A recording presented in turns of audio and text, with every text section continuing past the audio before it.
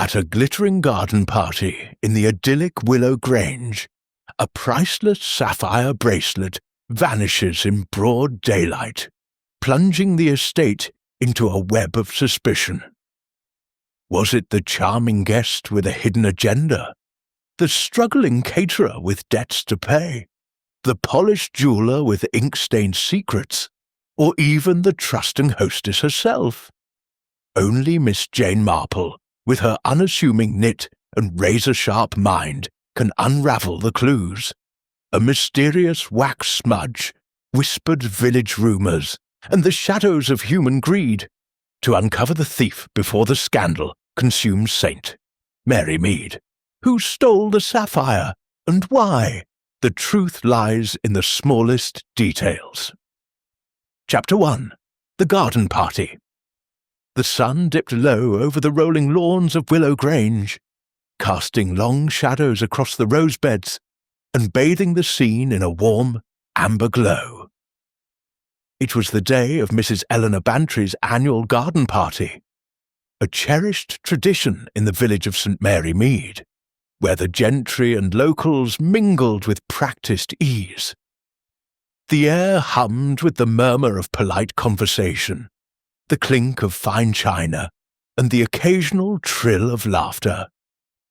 Tables draped in crisp white linen dotted the lawn, laden with delicate sandwiches, scones, and glistening crystal flutes of champagne. At the heart of it all, displayed on a small mahogany table beneath a striped awning, was Mrs. Bantry's pride and joy. A sapphire bracelet, its deep blue stones sparkling like captured starlight on a cushion of black velvet. Miss Jane Marple, seated in a wicker chair near the edge of the gathering, observed the scene with her customary quiet attentiveness. Her pale blue eyes, sharp despite her years, flickered over the guests from beneath the brim of a straw hat, adorned with a single rose. She wore a soft grey dress, unassuming yet elegant, and her hands rested lightly on her lap. A small knitting bag at her side. To the casual observer, she was merely a genteel spinster, but those who knew her understood that Miss Marple missed nothing. Her mind, like her knitting, wove patterns from the smallest threads of human behaviour. Mrs. Bantry, resplendent in a floral frock and a wide smile, moved among her guests with the grace of a practised hostess. She paused to introduce the bracelet to a cluster of admirers, her voice carrying a note of pride. "It's been in the family for 3 generations," she said, her fingers brushing the air above the jewels. "My great-grandmother wore it at her debut in London, and it's never left Willow Grange since." The guests murmured their appreciation, though Miss Marple noted a few glances that lingered too long, some with envy, others with calculation. Among the crowd were 3 figures who caught Miss Marple's attention. Mr. Lawrence Redding, a newcomer to the village, cut a dashing figure in a tailored blazer, his dark hair swept back, and his smile effortlessly charming. He flitted from group to group, his laughter a touch too loud, his compliments a shade too polished. Then there was Mr. Thomas Cole, the caterer, a wiry man with a furrowed brow, directing his staff with nervous energy. His apron was slightly askew, and his eyes darted toward the house as if expecting trouble. Finally, Mr. Victor Grayson, a London jeweller invited to appraise the bracelet, stood apart, his sleek suit and measured speech marking him as a man of precision.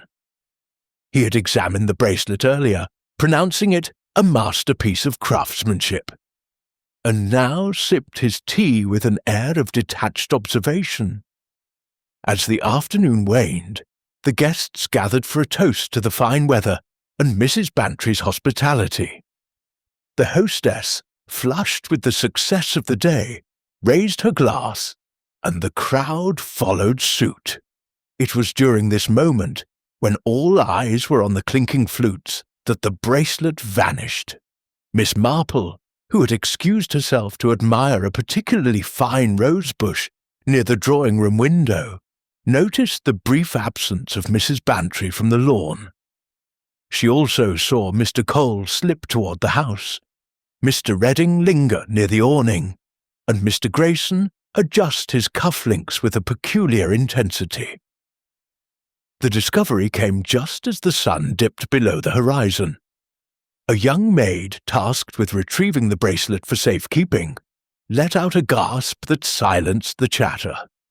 "It's gone, ma'am," she cried, her hands fluttering over the empty velvet cushion. The guests turned, a ripple of shock passing through them. Mrs. Bantry hurried to the table, her face paling as she stared at the bare spot where the bracelet had lain. "This is impossible," she whispered, her voice trembling. "It was right here."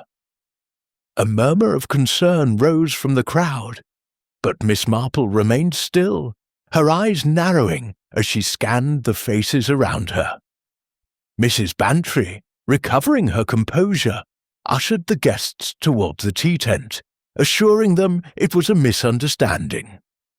She then turned to Miss Marple, her expression a mix of panic and plea. "Jane, you must help me," she said in a low voice. "This is a disaster. The police will make such a fuss, and the village will talk for months. Can't you look into it?" Miss Marple inclined her head, her lips curving into a gentle smile. "Of course, Eleanor," she said softly. "I shall do my best." As the guests dispersed, she glanced once more at the empty cushion, her mind already turning over the details.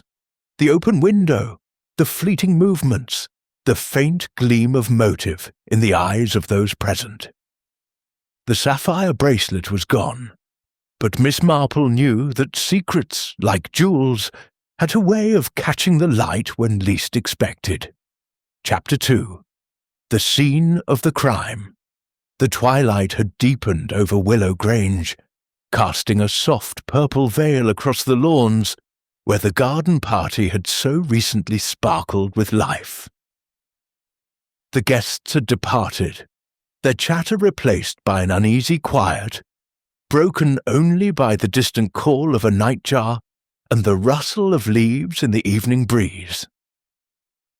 Inside, the house, the drawing-room, where the sapphire bracelet had vanished, was now a stage for investigation, its grandeur muted by the weight of the theft. Miss Jane Marple stood near the mahogany table that had held the precious heirloom, her slight figure almost lost in the shadows of the high-ceilinged room. Her eyes, sharp and unyielding, traced the contours of the scene with the precision of a cartographer mapping uncharted terrain. Mrs. Eleanor Bantry hovered near the doorway, her hands twisting a lace handkerchief as she watched Miss Marple with a mixture of hope and trepidation. "It's dreadful, Jane," she said, her voice low but trembling with suppressed panic. "That bracelet, my great-grandmother's, you know, it's irreplaceable. And the scandal. If this gets out, the village will never stop talking." Her eyes darted toward the open window, where the heavy damask curtains stirred faintly, as if whispering secrets of their own. Miss Marple nodded, her expression serene but her mind already at work, sifting through the details of the afternoon. "We shall do our best to keep this discreet, Eleanor," she said, her tone soothing yet firm. "But I must ask you to leave the room as it is. No tidying, no moving of objects. Every detail matters." She stepped closer to the table, her grey skirt brushing the polished floorboards, and bent slightly to examine the black velvet cushion that had cradled the bracelet. It lay slightly askew, one corner lifted as if nudged in haste. The absence of the sapphire's deep blue fire left the cushion looking forlorn, a silent witness to the crime. The drawing-room was a handsome space, its walls adorned with portraits of stern-faced Bantry ancestors and shelves lined with leather-bound volumes. A grand fireplace dominated one end, its mantel cluttered with porcelain figurines and a silver carriage clock that ticked softly, marking the passage of time with indifferent precision. The table stood near the window, a tall sash affair that overlooked the rose garden. The window was ajar, its latch undone, and Miss Marple noted the ease with which someone could have reached in or out. The evening air carried the scent of jasmine, but it was another detail that caught her attention. A faint smudge on the table's polished edge, barely visible in the dim light of the chandelier. She leaned closer, her lips pursing as she studied it. The smudge was waxy, pale, and irregular, as if left by a careless hand.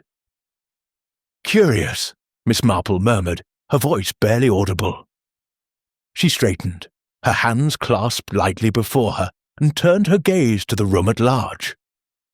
The carpet, a rich aubusson, showed no signs of mud or disturbance, and the furniture, a pair of brocade armchairs, a sofa, and a small writing desk, stood undisturbed. Yet the wax smudge nagged at her, an anomaly in the otherwise pristine setting. She made a mental note to inquire about candles, though she recalled none being lit during the daylight hours of the party. Mrs. Bantry, still lingering by the door, ventured a question. "Do you think it was one of the guests, Jane? Or perhaps someone slipped in from outside?" Her tone was hopeful, as if an outsider might absolve her of responsibility for the loss. Miss Marple's eyes softened, but her reply was measured. "It is too early to say, Eleanor. But thefts of this kind are rarely the work of strangers. They require opportunity, and opportunity requires proximity." She moved toward the window, her steps deliberate, and peered out into the garden. The rose bushes, now cloaked in shadow, formed a natural barrier, but a narrow path led from the window to the lawn where the guests had mingled. She pictured the scene, the clink of glasses, the laughter, the brief moment during the toast when all eyes were turned elsewhere. It was a fleeting window of time, but enough for a practiced hand. She turned back to Mrs. Bantry. "Tell me, Eleanor, who had access to this room during the toast? I know you stepped away to fetch more champagne. Did anyone else leave the lawn?" Mrs. Bantry frowned, her brow creasing as she tried to recall. "It was such a flurry, Jane. I went to the cellar, only for a moment, you understand. I suppose the room was empty then, except for the maid, Lucy, who was meant to keep an eye on things. But she was called away to fetch more napkins. Oh, it's my fault for not being more careful." Her voice broke, and she pressed the handkerchief to her lips. Miss Marple patted her arm gently. Now, Eleanor. Blame will not bring the bracelet back. Let us focus on the facts. Lucy was called away, you say. By whom?" Mrs. Bantry hesitated, her eyes flickering with uncertainty. "I believe it was Mr. Cole, the caterer. He was short-staffed, you see, and needed help with the serving. But surely you don't think—" "I think nothing yet," Miss Marple interrupted, her tone mild but final. "I only observe. And Mr. Redding, Mr. Grayson, where were they during this time?" Mrs. Bantry's hands fluttered. "Mr. Redding was on the lawn, I think, charming young Clara Weston. She was quite taken with him, poor girl. And Mr. Grayson? Oh, I don't know, Jane. He was so quiet, always watching. I saw him near the library earlier, but during the toast—" I couldn't say Miss Marple nodded, her mind cataloguing the information. She had seen Lawrence Redding near the awning, his smile bright but his eyes restless. Victor Grayson, too, had been a shadow at the edges of the crowd, his polished demeanour masking something she could not yet name. And Thomas Cole, with his anxious glances toward the house, had been everywhere and nowhere, his staff a whirlwind of activity. She resolved to speak with each of them, but first she needed to understand the room itself. She approached the writing desk, its surface cluttered with a silver inkstand, a blotter, and a few scattered papers. A small vase of roses added a touch of colour, their petals wilting slightly in the evening air. She lifted the blotter, revealing nothing but a faint dust mark, and then examined the inkstand. The ink was fresh, but there were no smudges or signs of recent use. Her gaze returned to the wax smudge on the table, and she wondered if it might be connected to the jeweller's craft, perhaps a tool used in his trade. Mr. Grayson's presence at the party, ostensibly to appraise the bracelet, took on a new significance in her mind. "Eleanor," she said, turning to her friend, "I should like to speak with Lucy, the maid, and then with each of our persons of interest. Could you arrange for them to come here tomorrow morning? Separately, if you please." Mrs. Bantry nodded, relief flooding her face. "Of course, Jane. I'll send notes at once. Oh, you're so good to help me. I don't know what I'd do without you." Miss Marple smiled faintly, her thoughts already elsewhere. "One more thing," she added, almost as an afterthought. "Were any candles used today, in this room or elsewhere in the house?" Mrs. Bantry looked puzzled. "Candles?" "No, Jane. It was broad daylight. We had no need for them. Why do you ask?" Miss Marple's eyes twinkled briefly, but she only said, "A small matter, Eleanor. Just a small matter." As Mrs. Bantry left to make arrangements, Miss Marple lingered in the drawing-room, her gaze sweeping the space once more. The wax smudge, the open window, the empty cushion, they were pieces of a puzzle, each with its own story to tell. She thought of her garden at home, where a single misplaced leaf could betray a careless footstep. People, she knew, were much the same. They left traces, however faint, and it was in these traces that the truth lay hidden. She stepped to the window, her fingers brushing the sill. The garden beyond was now a tapestry of shadows, the roses mere silhouettes against the darkening sky. She recalled the movements of the suspects during the toast. Lawrence Redding's lingering near the awning, Thomas Cole's brief absence from the kitchen, Victor Grayson's quiet intensity. And Mrs. Bantry herself, distracted by her duties, had left the bracelet unguarded. Miss Marple's mind turned to the village of St. Mary Mead, where secrets were as common as daisies, and she knew that Willow Grange was no different. Someone had seen their chance and taken it. But who? She returned to the table, her eyes falling again on the wax smudge. It was not the sort of wax one found in a household candle, she decided. It was finer, more deliberate, like something used in a precise task. She thought of Mr. Grayson's profession, the tools of a jeweller's trade, and a faint suspicion began to form. But suspicions, she reminded herself, were not proof. She would need to observe, to listen, to let the threads of human nature weave themselves into a pattern. As she left the drawing-room, the carriage clock on the mantel chimed softly, marking the hour.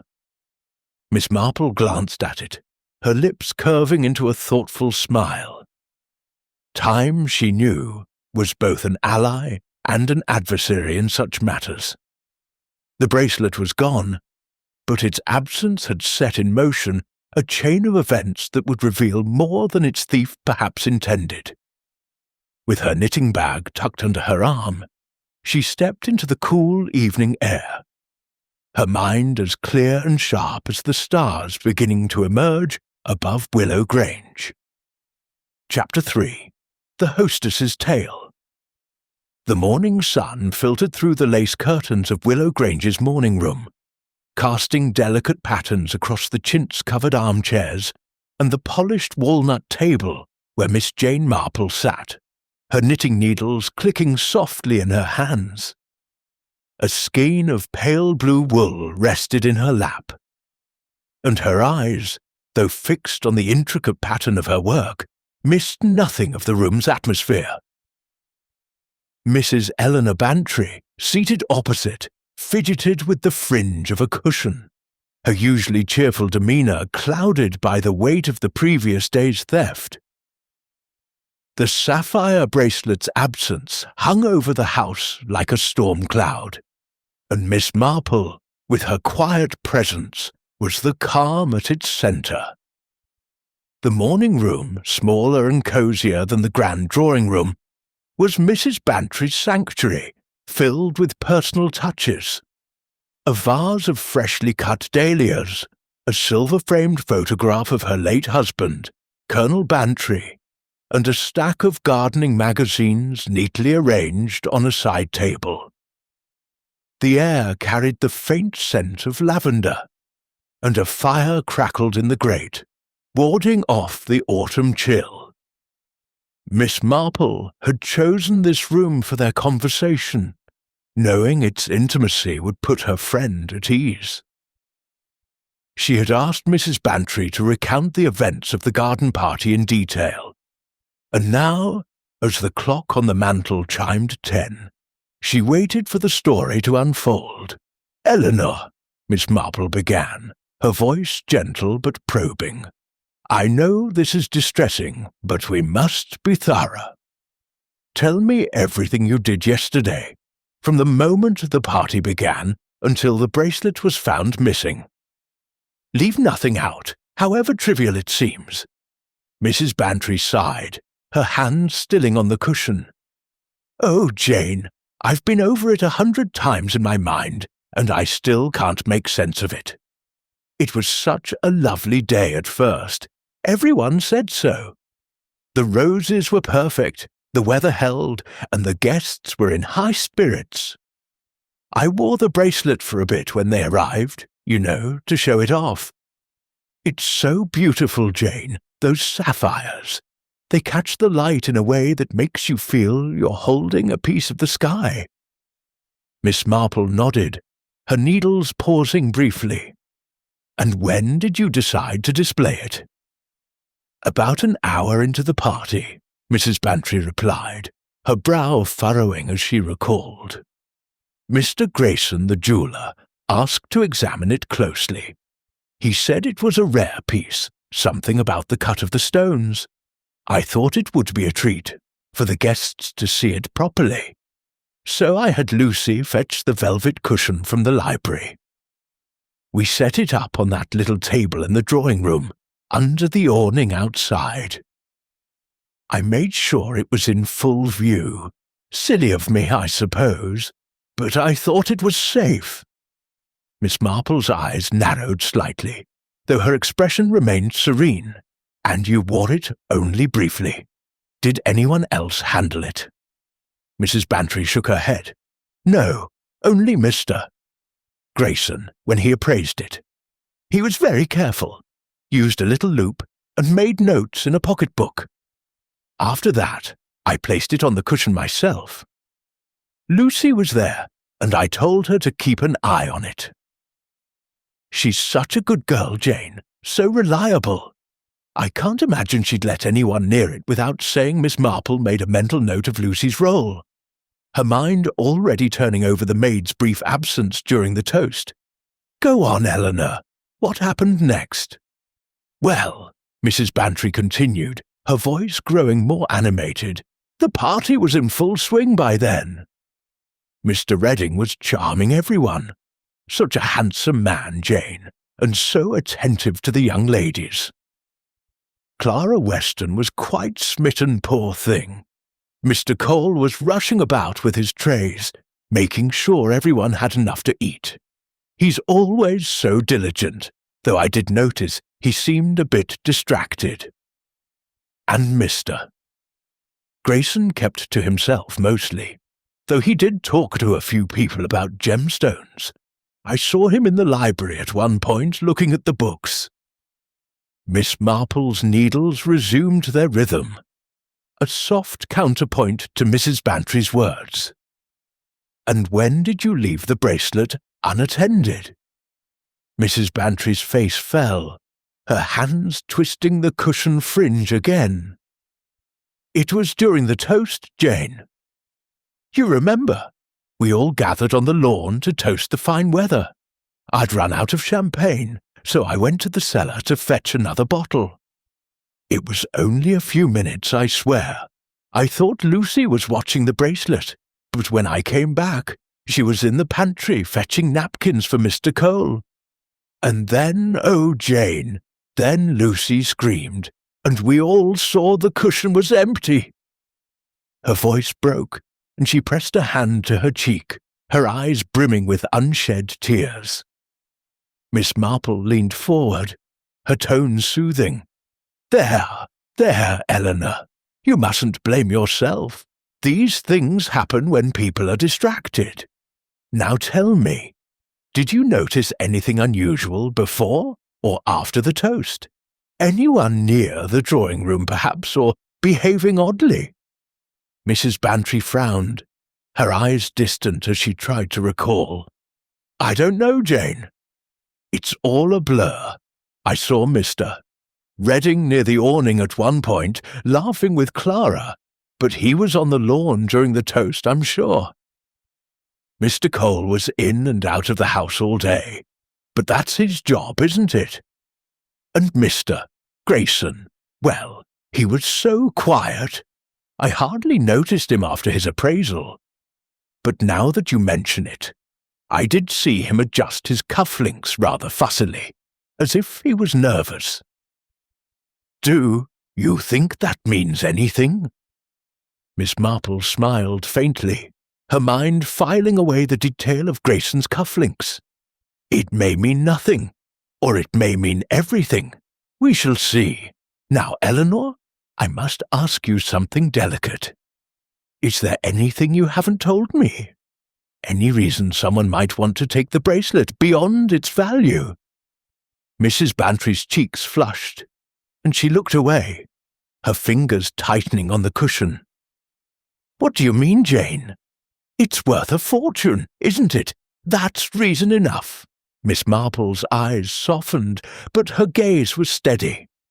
Eleanor, you know as well as I do that people act for all sorts of reasons. Money, yes, but also pride, envy, or even spite. If there's anything you're holding back, it might help us find the truth. Mrs. Bantry hesitated, her lips parting as if to speak, then closing again. Finally, she sighed, her shoulders slumping. It's nothing really, Jane. Well, I lent Mr. Cole some money a few months ago. His catering business was struggling, and he's always been so good to us. I didn't want to see him fail, but he's been paying me back, a little at a time. He's an honest man, Jane, I'm sure of it. Miss Marple nodded, her expression unreadable. And you told no one of this loan? No one, Mrs. Bantry said firmly. Not even Arthur knew before he passed.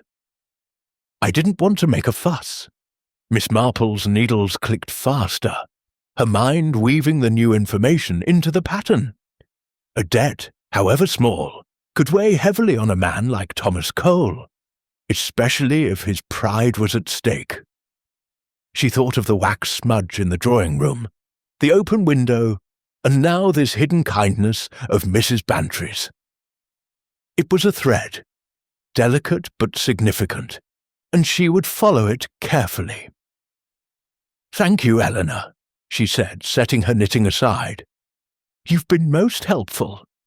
I should like to speak with Lucy next, and then the others. Could you arrange for them to come here, one at a time? Mrs. Bantry nodded, rising with renewed purpose. "Of course, Jane. I'll send for Lucy right away. Oh, I do hope you can sort this out before the village gets wind of it." As Mrs. Bantry left the room, Miss Marple leaned back in her chair, her eyes drifting to the dahlias on the table.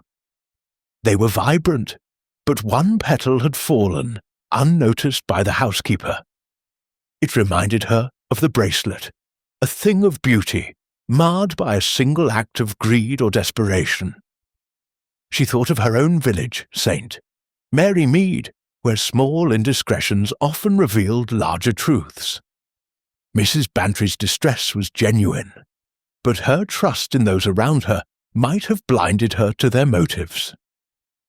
Lawrence Redding's charm, Thomas Cole's debts, Victor Grayson's quiet intensity, each was a piece of the puzzle, and Miss Marple knew that human nature, with all its frailties, would guide her to the truth. She picked up her knitting again, her fingers moving with practiced ease. The morning room was quiet now, save for the crackle of the fire and the distant sound of footsteps as Lucy approached. Miss Marple's mind, however, was far from still. The sapphire bracelet was more than a jewel.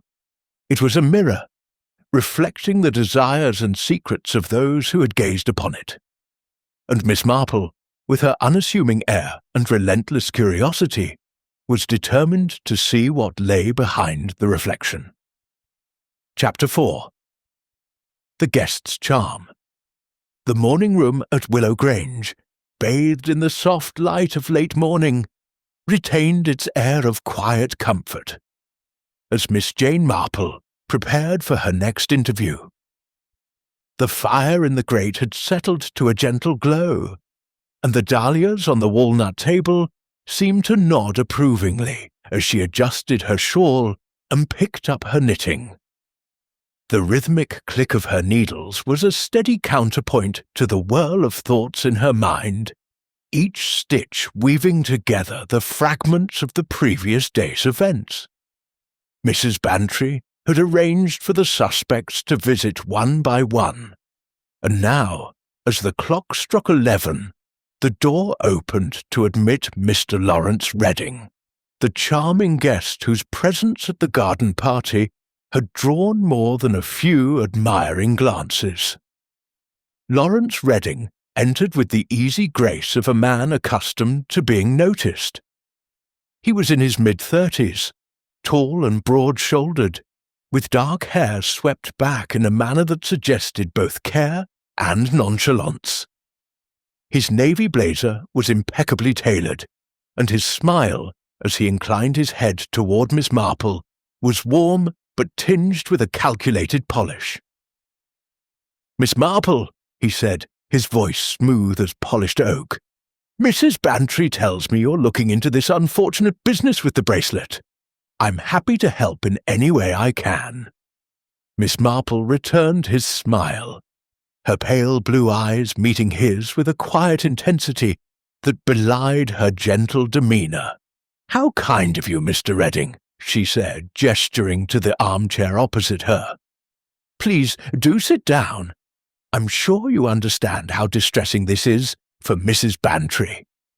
A few questions may help us clarify matters." Redding settled into the chair, crossing one leg over the other with an air of relaxed confidence.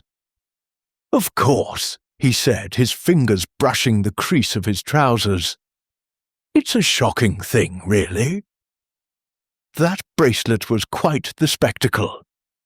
I can't imagine who'd have the nerve to take it in broad daylight." Miss Marple's needles clicked softly, her hands moving with the effortless precision of long habit. "Indeed," she said, her tone mild but probing. "It was a bold act requiring both opportunity and daring. Perhaps you could tell me, Mr. Redding, where you were during the afternoon, particularly around the time of the toast." Redding leaned back, his smile unwavering. "I was on the lawn, Miss Marple, enjoying the party." I spent most of the afternoon with Miss Clara Weston. You may have seen her. A charming young lady with a fondness for roses. We're near the awning for a bit, admiring Mrs. Bantry's display. And then we joined the others for the toast. I'm afraid I didn't notice much else. I was rather caught up in our conversation." Miss Marple nodded, her eyes flickering briefly to his cufflinks. Gold, with a subtle engraving, but one bore a faint scratch, barely visible unless one looked closely. "Miss Weston did seem quite taken with you," she remarked, her voice as soft as the rustle of leaves. "A young man's attention can be very distracting. You were near the awning, you say? That's quite close to the drawing-room window, isn't it?" Redding's smile faltered for a fraction of a second, a fleeting shadow crossing his face before he recovered. "I suppose it was," he said, his tone still light. "But I assure you, I had no interest in the bracelet. I'm not much for jewellery, Miss Marple. My tastes run more to good company and fine wine." He chuckled, but the sound was a touch too bright, like a bell rung, out of tune. Miss Marple's needles paused, and she tilted her head slightly, her gaze steady. "Of course," she said, "and yet you must have noticed the bracelet earlier, when Mr. Grayson was appraising it. It was quite the centre of attention." Redding shrugged, his fingers brushing his cufflinks absently. "I saw it, yes. A pretty thing, but not my sort of thing. I was more interested in the garden, to be honest. Willow Grange is a splendid place. Mrs. Bantry has a real gift for hospitality." Miss Marple smiled faintly, her mind noting the deflection. She had seen Redding near the awning, his posture casual, but his eyes darting toward the drawing-room window during the toast. It was a small thing, but small things, she knew, often held the key to larger truths. "You're new to Saint." "Mary Mead, aren't you, Mr. Redding?" she asked, her tone conversational. "What brought you here?" Redding's expression softened, though his eyes remained watchful. "A bit of wanderlust, I suppose," he said. "I've been in London for years, working in finance, but I needed a change. A friend recommended Saint. Mary Mead is a quiet spot to clear one's head. I'm staying at the Blue Boar for a few weeks, seeing if village life suits me." Miss Marple nodded, her needles resuming their rhythm. "The Blue Boar is a comfortable place," she said, "though I imagine a man of your means must find our little village rather quaint. Those cufflinks, for instance, they're quite fine. A family heirloom, perhaps?" Redding glanced at his cuffs, his fingers brushing the scratched gold. "Oh, these? A gift from an old friend," he said quickly. "Nothing too grand, but I'm fond of them." He shifted in his seat, his smile tightening. "Is there anything else I can help with, Miss Marple?" "I'd hate to take up too much of your time." Miss Marple's eyes twinkled, though her expression remained serene. "You've been most helpful, Mr. Redding," she said. "Just one more thing. Did you notice anyone near the drawing-room during the toast? Anyone who seemed out of place?" Redding frowned, as if considering the question carefully. "Not really," he said at last.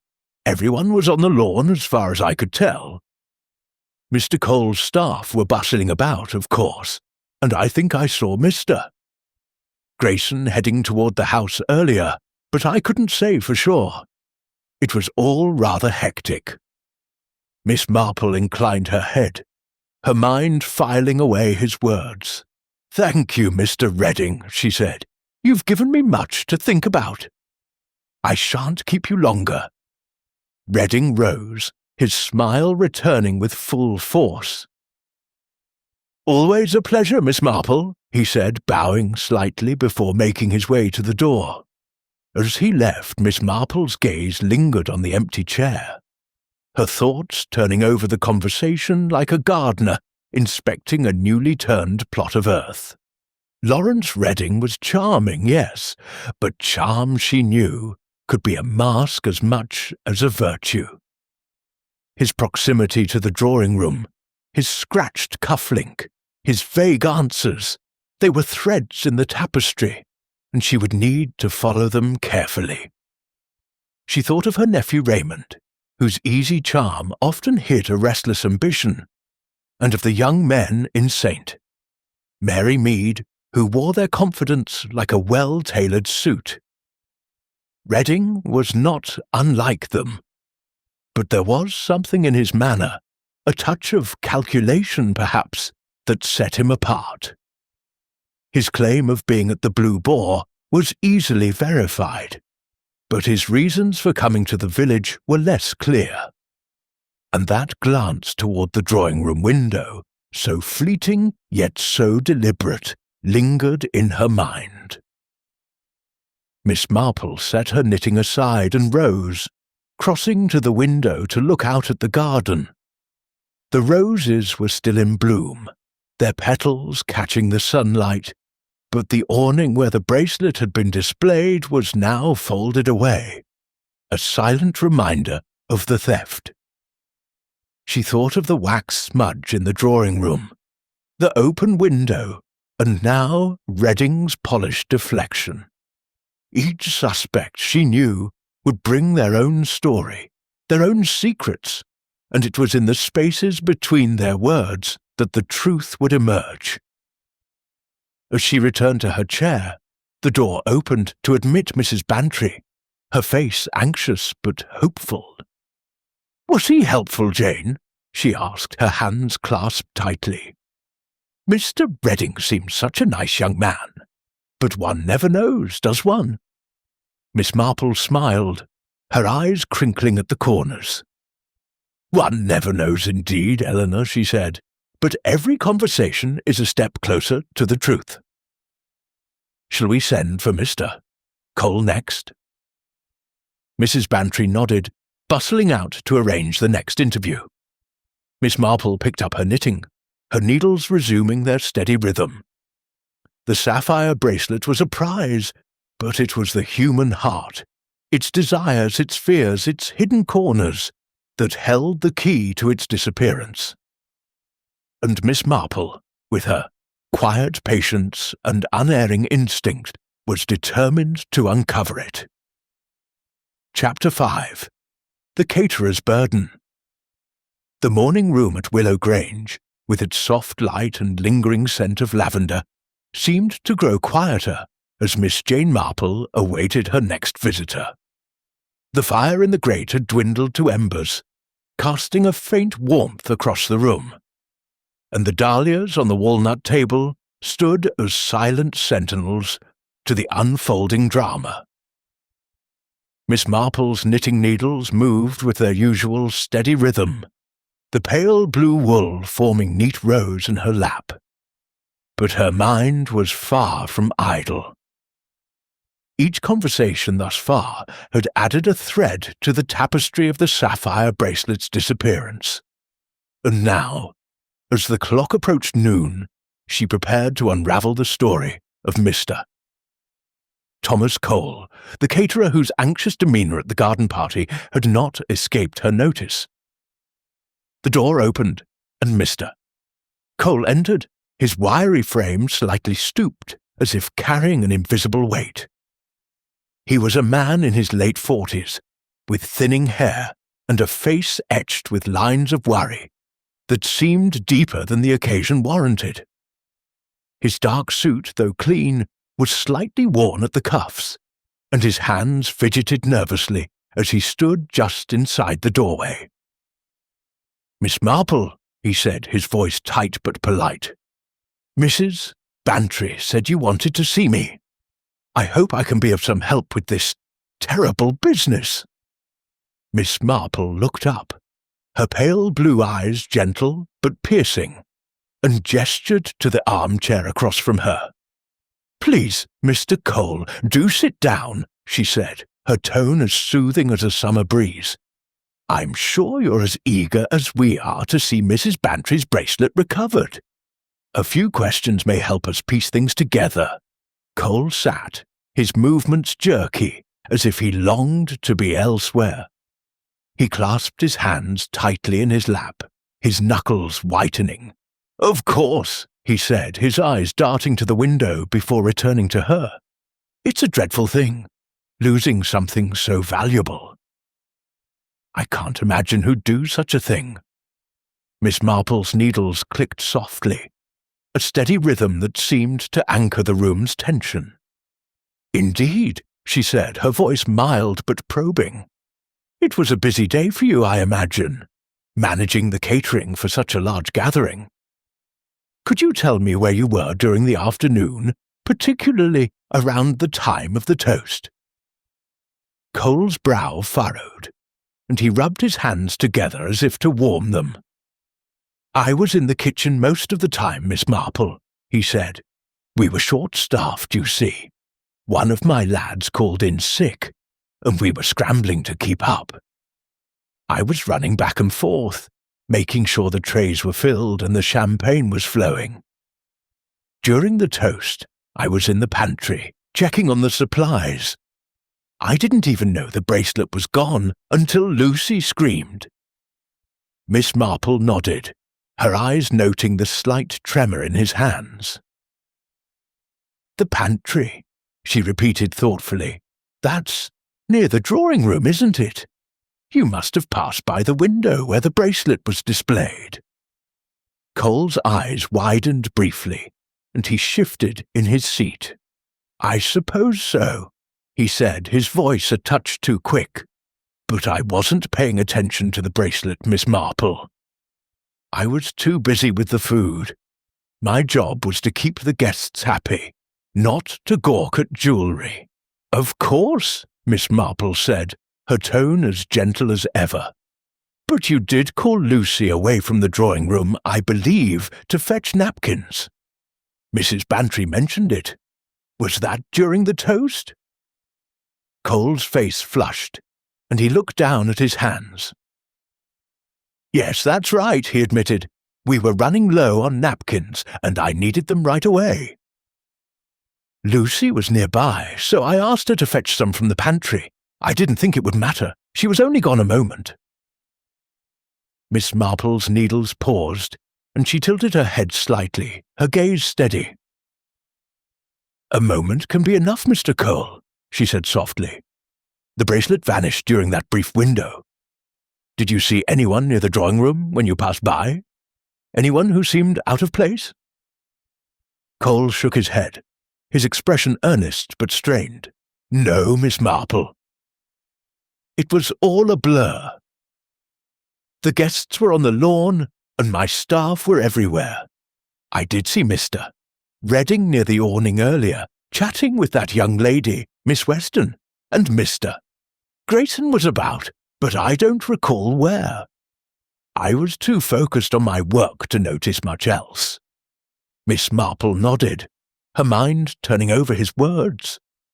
She had seen Cole's staff bustling about, their trays a flurry of motion, but she had also noticed Cole himself slipping toward the house more than once. His explanation was plausible, but there was a nervousness in his manner that suggested more than the pressures of catering.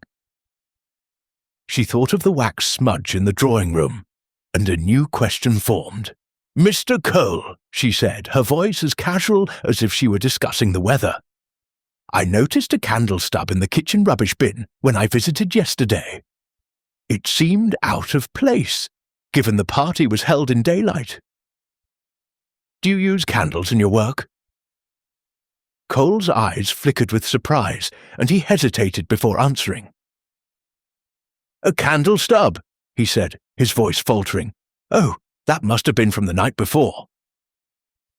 "We sometimes use candles for evening events, to set the mood. One of my lads must have tossed it out. I don't recall using any yesterday." Miss Marple's smile was faint but knowing. "I see," she said. "It's just that I found a wax smudge in the drawing room, near where the bracelet was displayed. It's curious, don't you think, that wax should appear in a room where no candles were lit? Cole's face paled, and his hands tightened in his lap. I don't know anything about that, Miss Marple, he stammered. Maybe someone else dropped it.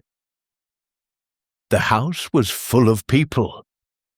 Perhaps Miss Marple said, her tone unconvinced but gentle.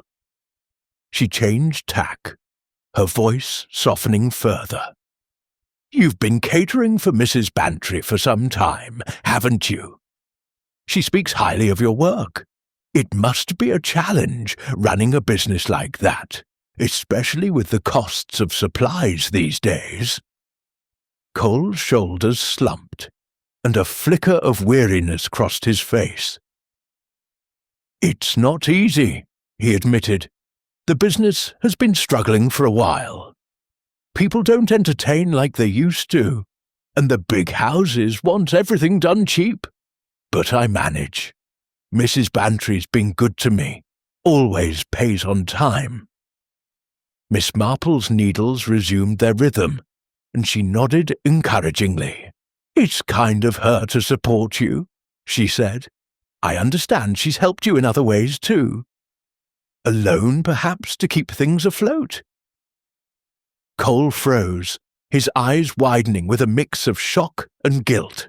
How did you— He stopped himself, his jaw tightening. Yes, she lent me some money a while back. I've been paying her back, bit by bit. I didn't want anyone to know. It's not something I'm proud of. But I'd never steal from her, Miss Marple. Never Miss Marple's gaze was steady, but her voice remained kind. I'm sure you wouldn't, Mr. Cole, she said. But desperation can make people do things they wouldn't otherwise consider. You're certain you saw nothing unusual near the drawing room? No one lingering? No one acting strangely? Cole shook his head, his expression resolute, but tinged with unease. I swear, Miss Marple, I was too busy to notice. If I saw anything, I'd tell you. I want to help Mrs. Bantry. She's been nothing but kind to me. Miss Marple inclined her head, her eyes crinkling with a gentle smile. Thank you, Mr. Cole, she said.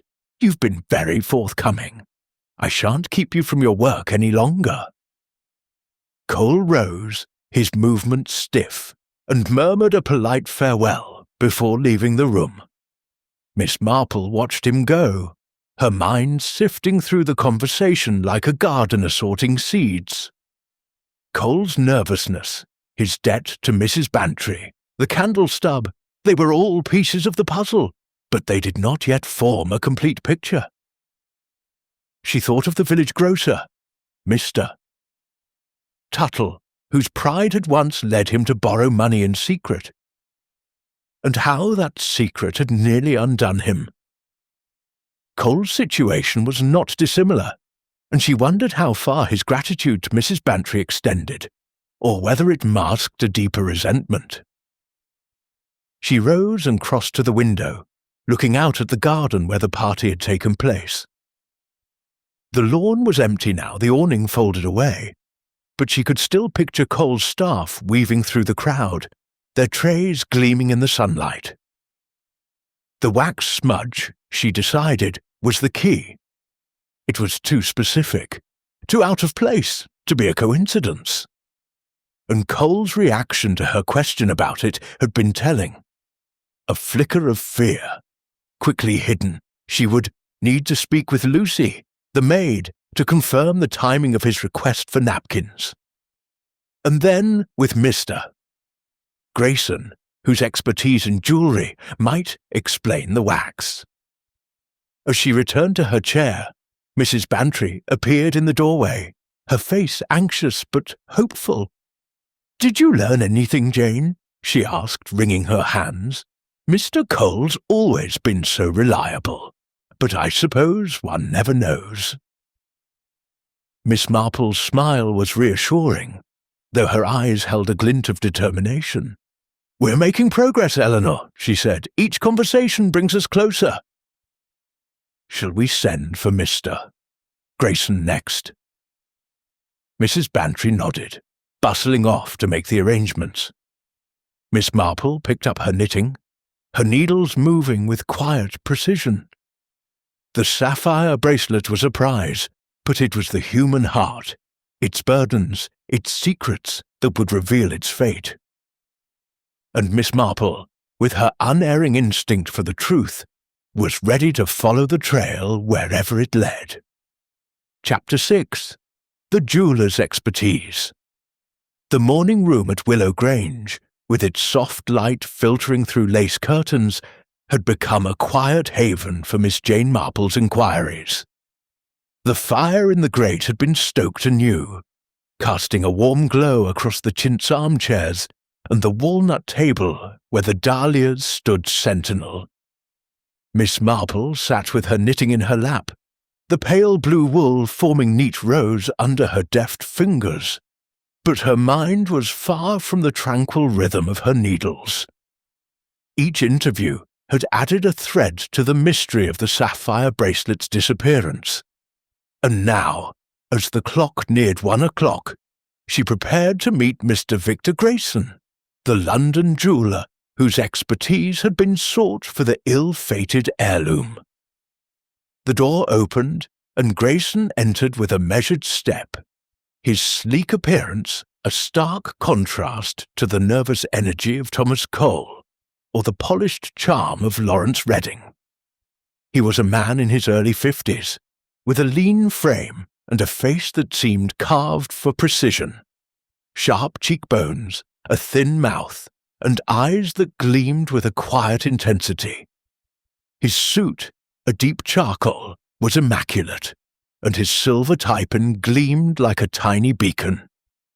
He carried a small leather case, no doubt his jeweller's kit, and his hands, as he set it on the table, bore faint ink stains, marks Miss Marple had noted at the garden party, and now observed with renewed interest. "Good afternoon, Miss Marple," Grayson said, his voice smooth but formal, like a man accustomed to dealing with clients of wealth and discernment. "Mrs. Bantry informs me you're looking into the loss of her bracelet. I'm at your disposal." Miss Marple looked up, her pale blue eyes meeting his with a gentle but unflinching gaze. "How kind of you, Mr. Grayson," she said, gesturing to the armchair across from her. "Please, sit down. I understand you appraised the bracelet yesterday, so your insight may be invaluable. A few questions, if you don't mind." Grayson sat, crossing one leg over the other with deliberate ease. He placed his hands on the arms of the chair, his fingers still, though Miss Marple noted a slight tightening of his grip. "Of course," he said, "it's a regrettable incident. The bracelet was exquisite, a rare piece with sapphires of exceptional clarity. I'd be glad to help recover it." Miss Marple's needles clicked softly, a steady counterpoint to the tension she sensed in the room. "You examined it closely, I believe," she said, her tone conversational. "Could you tell me about that? What did you make of it?" Grayson's eyes lit with a flicker of professional pride. "It was a masterpiece," he said. "Victorian, I'd say, with stones cut in the old European style. The setting was gold, intricately worked, and the sapphires, 5 of them, each about 2 carats, were perfectly matched. I made detailed notes for Mrs. Bantry, as she was considering having it insured. It's worth a small fortune, Miss Marple, though its sentimental value to her seemed even greater." Miss Marple nodded, her expression attentive, but her mind noting the ease with which he spoke of the bracelet's value. "And where were you when it was taken?" she asked, her voice as mild as a summer breeze. "During the toast, I mean, when the drawing-room was briefly unattended." Grayson's lips curved into a faint smile, though his eyes remained guarded. "I was in the library," he said. "I'd been discussing gemstones with Mr. Hargrove, a guest with an interest in collecting. We were looking at a book on Victorian jewellery. Mrs. Bantry keeps a fine collection of such volumes. I didn't return to the lawn until after the toast, when I heard the commotion about the bracelet." Miss Marple's needles paused, and she tilted her head slightly, her gaze steady. "The library is just across the hall from the drawing room, isn't it?" she said, "quite close to the window where the bracelet was displayed." Grayson's smile tightened, and he adjusted his tie-pin with a precise movement. "I suppose it is," he said, his tone still smooth. "But I assure you, Miss Marple, I was engrossed in my conversation with Mr. Hargrove. I had no reason to go near the drawing room." "Of course," Miss Marple said, her voice soft but probing. "And yet, you must have passed by the drawing room earlier, when you appraised the bracelet. Did you notice anything unusual then? Anyone lingering nearby, perhaps?" Grayson shook his head, his expression composed. "Nothing out of the ordinary," he said. "Mrs. Bantry was there, of course, and the maid, Lucy, was bustling about. A few guests came to admire the bracelet, but no one lingered. It was all very proper." Miss Marple nodded, her eyes flickering to his hands, where the ink stains stood out against his pale skin. "Your work must require great precision," she said, her tone almost admiring. "I imagine you use many specialized tools. Do any of them involve wax by chance?" Grayson's eyes narrowed slightly, though his smile remained in place. "Wax?" he repeated, as if the question puzzled him. "Occasionally, yes. We use wax molds for casting jewellery, but I didn't bring any such tools to the party. My kit contains only my loop, calipers, and a few other instruments for appraisal." "Why do you ask?" Miss Marple's smile was faint but knowing. "Oh, just a small detail," she said. "I noticed a wax smudge in the drawing room, near the table where the bracelet was displayed. It seemed out of place, you see, in a room where no candles were lit." Grayson's composure faltered for a moment, his fingers tightening on the arm of the chair. "A wax smudge," he said, his voice carefully neutral. "How curious. Perhaps it was from a guest's candle, or something the maid overlooked." "Perhaps," Miss Marple said, her tone unconvinced but gentle. She changed tack, her voice softening further. "You must travel a great deal for your work, Mr. Grayson. London is quite a distance from St. Mary Mead. What brought you to Mrs. Bantry's party?" Grayson relaxed slightly, as if relieved by the shift in topic. "Mrs. Bantry's late husband was a client of my firm," he said. "When she mentioned the bracelet, I offered to appraise it as a courtesy. I have a fondness for the countryside, and it was no trouble to make the trip." Miss Marple's needles resumed their rhythm, and she nodded encouragingly. "How kind of you," she said. "Your shop in London must keep you busy. I hear it's quite successful, though I understand even the best businesses face challenges from time to time." Grayson's smile grew strained, and he shifted in his seat. "We do well enough," he said. "The jewellery trade is competitive, but I've built a reputation for quality."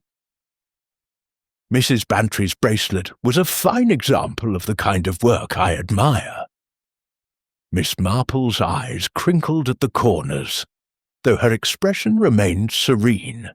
"I'm sure it was," she said, "and yet I've heard whispers, village gossip, you know, that you've had dealings in a neighbouring town, at a pawn shop, perhaps. Is there any truth to that?" Grayson's face stiffened, and his hands clenched briefly before he forced them to relax. "Gossip is often exaggerated, Miss Marple," he said, his voice tight.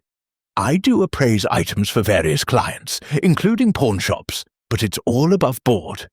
My business is reputable."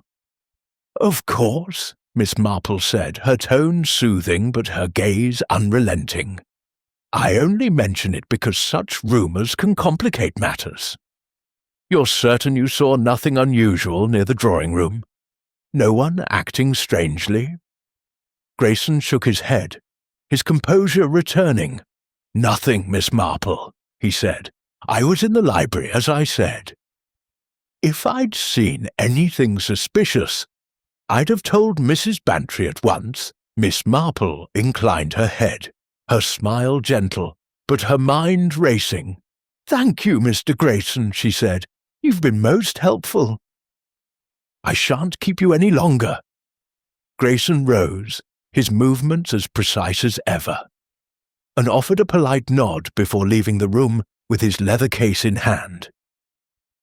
Miss Marple watched him go, her thoughts turning over the conversation like a jeweller inspecting a gem for flaws. Grayson's expertise, his ink-stained hands, his guarded answers. They were all pieces of the puzzle, and the wax smudge loomed large in her mind. She thought of the village watchmaker, old Mr. Pye, whose meticulous nature hid a tendency to bend the truth when cornered. Grayson, she suspected, was not so different. She rose and crossed to the window, looking out at the garden where the roses still bloomed, their petals catching the midday light. The awning was gone, but the memory of the bracelet's display lingered, as did the image of Grayson's careful appraisal. His presence at the party, she decided, was no mere courtesy. There was a purpose behind it, one that the wax smudge and the pawnshop rumour might illuminate. As she returned to her chair, Mrs. Bantry appeared, her face a mixture of hope and anxiety. "Well, Jane," she asked, twisting her hands, "did Mr. Grayson have anything useful to say? He's so refined, but I suppose even refined people can have secrets." Miss Marple's smile was reassuring, though her eyes held a glint of determination. "Everyone has secrets, Eleanor," she said. "The trick is finding the ones that matter." "Shall we send for Lucy next, to confirm a few details?" Mrs. Bantry nodded, hurrying off to make the arrangements. Miss Marple picked up her knitting, her needles moving with quiet precision. The sapphire bracelet was a prize, but it was the human heart, its ambitions, its deceptions, that held the key to its fate. And Miss Marple, with her unerring instinct for truth, was ready to uncover it.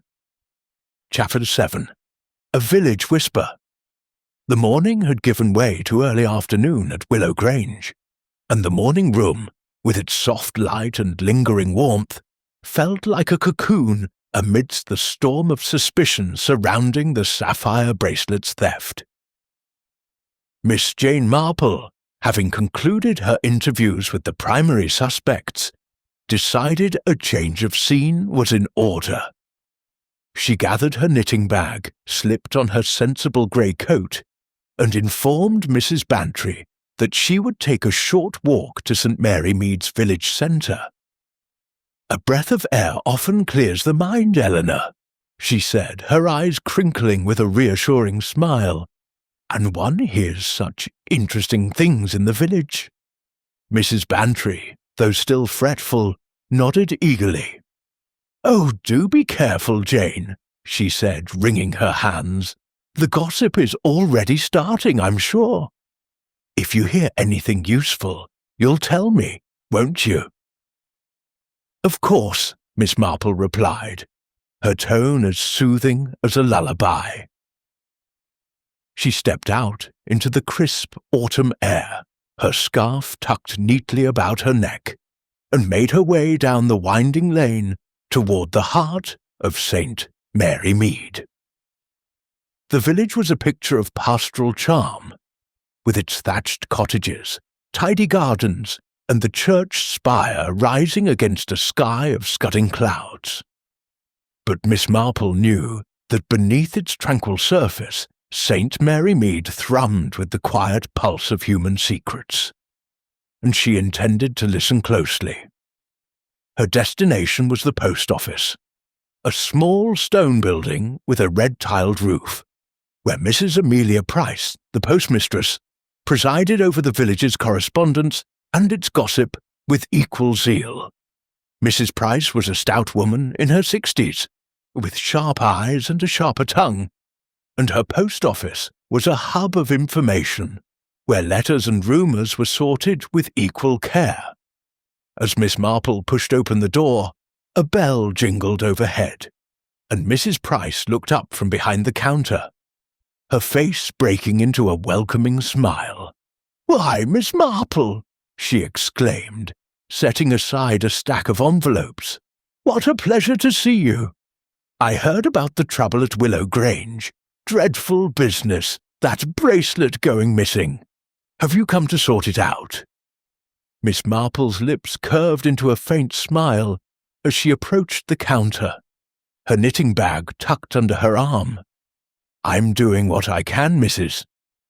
Price," she said, her voice mild but inviting. "It's a puzzling matter, but you know how these things are. Sometimes the smallest detail can make all the difference. Have you heard anything in the village that might shed light?" Mrs. Price's eyes gleamed with the delight of a woman about to share a treasure.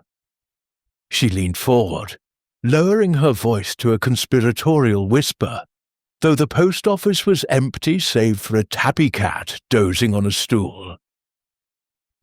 "Well, Miss Marple, you know I don't like to gossip," she began, her tone suggesting quite the opposite. "But there's been talk. That Mr. Grayson, the jeweller from London, he was seen in Chipping Cleghorn last week at Mr. Finch's pawnshop. Said he was appraising some old silver, but it seemed an odd place for a man of his sort, don't you think?" Miss Marple's eyes narrowed slightly, though her expression remained serene. "Indeed," she said, her tone encouraging. "Mr. Grayson is a man of refinement, or so he seems. Did anyone say what he was doing there?" Mrs. Price shook her head, her curls bouncing. "Not much, but Mr. Finch's boy, young Tommy, said Grayson was in a hurry, looking at some jewellery pieces and scribbling notes. Didn't stay long, mind you, but it stuck in Tommy's mind because Grayson tipped him a shilling to keep quiet about it. Of course, Tommy's not one to hold his tongue, not with his mates at the pub." Miss Marple nodded, her mind filing away the detail. The pawnshop rumour, which she had touched on with Grayson, now took on a sharper edge. A jeweller visiting a pawnshop could be innocuous, but a tip to ensure silence suggested otherwise. She thought of the wax smudge in the drawing room and Grayson's ink-stained hands, and a faint pattern began to form. "Very interesting," she said. "And what about Mr. Redding, the new gentleman in the village? Has there been any talk about him?" Mrs. Price's face lit up, as if she'd been waiting for the question. "Oh, him," she said, her voice dropping even lower. "Quite the charmer, isn't he? Staying at the Blue Boar. Says he's here for a rest, but I've heard he's been asking questions about property in the area. As if he's planning to stay. And here's the odd bit. He was seen near that same pawn shop in Chipping Cleghorn, not 2 days after Grayson. Said he was looking for a tailor, but there's no tailor near Mr. Finch's shop, Miss Marple. I reckon he was up to something." Miss Marple's needles, which she had retrieved from her bag, clicked softly as she considered this. Lawrence Redding's polished exterior had already struck her as a mask, and his proximity to the pawnshop added a new thread to the tapestry. "How curious," she murmured. "And Mr. Cole, the caterer. He's well known in the village, I believe." Mrs. Price's expression softened, though her eyes remained sharp. "Poor Mr. Cole," she said. "He's been struggling, you know. His catering business hasn't been the same since the war. People don't throw big parties like they used to. I heard Mrs. Bantry lent him money a while back, though she's too kind to make a fuss about it. He's been paying her back, mind you, but it's slow going. Some say he's been seen at the bank in Chipping Cleghorn, asking for loans, but they turned him down. It's a pity. He's a decent man, but pride can make a man desperate." Miss Marple's needles paused, and she tilted her head slightly, her gaze thoughtful. "Desperation can indeed change a man," she said. "Did anyone mention seeing Mr. Cole near the pawnshop by chance?" Mrs. Price shook her head. "Not that I've heard, but you know how it is, Miss Marple. People talk about what catches their eye. Mr. Cole keeps to himself mostly, except when he's working. But I did hear Mrs. Bantry's maid, Lucy, mention he was in a state at the party, snapping at his staff more than usual. Could be the pressure, I suppose." Miss Marple nodded, her mind weaving the new information into the pattern. The pawnshop connection between Grayson and Reading was intriguing, and Cole's financial troubles, coupled with his nervous behaviour, added another layer. She thought of the village baker, Mr. Higgs, whose debts had once led him to sell a family heirloom in secret, and how his shame had made him brittle and quick to anger. Cole's situation, she suspected, might be similar, and the wax smudge in the drawing-room remained a nagging clue. "Thank you, Mrs. Price," Miss Marple said, her voice warm but measured. "You've been most helpful. If you hear anything more, you'll let me know, won't you?" Mrs. Price beamed, clearly pleased to be part of the investigation. "Of course, Miss Marple. I'll keep my ears open. You'll have that bracelet back in no time, I'm sure."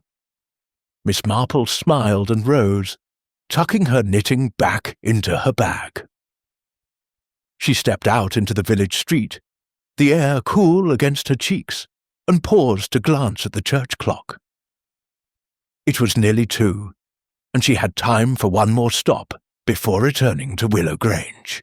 She made her way to the Blue Boar, the inn where Lawrence Reading was staying, hoping to verify his presence in the village and perhaps glean a detail or two from the innkeeper, Mr. Jenkins. The Blue Boar was a sturdy, ivy-clad building with a cheerful sign swinging above the door. Inside, the taproom was quiet, save for the low murmur of 2 farmers discussing the harvest. Mr. Jenkins, a portly man with a ruddy face, greeted Miss Marple with a nod. "Afternoon, Miss Marple," he said, wiping a glass with a cloth. "What brings you here?" "Not often we see you in the taproom." Miss Marple's eyes twinkled as she approached the counter. "Just a small errand, Mr. Jenkins," she said. "I understand Mr. Reading is staying with you." "He's been at Mrs. Bantry's party, and I wondered if you could tell me a bit about him. He's new to the village, isn't he?" Mr. Jenkins nodded, setting the glass aside. "Aye, he's been here a week or so. Pleasant enough fellow, pays his bill on time. Says he's from London, looking for a quiet spot. He's been out and about, though. Went to Chipping Cleghorn a few times, said he was seeing a tailor, but he came back with no new clothes that I could see." Miss Marple's lips curved faintly. "How interesting," she said. "And has he had any visitors? Or mentioned anything about his plans?" "No visitors," Mr. Jenkins said, scratching his chin. "But he's been writing a lot of letters, posting them himself. Keeps to himself mostly, though he's friendly enough with the locals." Asked me about property in the area, like he might stay on Miss Marple, thanked him, and left the inn, her mind buzzing with the new information. The pawn shop, the letters, Cole's debts, they were all threads, and she felt the pattern growing clearer, though not yet complete. She thought of the wax smudge, Grayson's ink stains, and Redding's scratched cufflink, each a clue to a motive she had yet to fully unravel. As she walked back to Willow Grange, the village around her seemed to hum with secrets, and Miss Marple, with her quiet step and keen mind, was determined to listen until they spoke. Chapter 8. The Wax Clue. The afternoon sun hung low over Willow Grange, casting long shadows across the manicured lawns as Miss Jane Marple returned from her village sojourn. The crisp air carried the scent of late roses, and the quiet of the estate was a stark contrast to the lively buzz of St. Mary Mead's post office. Her walk had yielded a harvest of whispers, each adding texture to the mystery of the Sapphire Bracelet's theft, but it was the drawing room, with its silent clues, that now called her back. Miss Marple settled her knitting bag over her arm and made her way to the house, her mind turning over the threads of gossip. Grayson's pawnshop visit, Redding's dubious errands, Cole's hidden debts, and the persistent enigma of the wax smudge. Inside, the drawing-room was as she had left it, its grandeur untouched by the day's revelations. The mahogany table, where the bracelet had rested on its velvet cushion, stood near the open window, the damask curtains stirring faintly in the breeze. The room's elegance, the Aubusson carpet, the ancestral portraits, the silver carriage clock ticking softly on the mantel, seemed to mock the disruption caused by the theft. Miss Marple approached the table, her eyes drawn once more to the faint wax smudge on its polished edge. It was a small thing, easily overlooked, but to her it was as telling as a misplaced stitch in a carefully knitted shawl. She bent closer, her grey skirt brushing the floor, and studied the smudge with the precision of a botanist examining a rare specimen.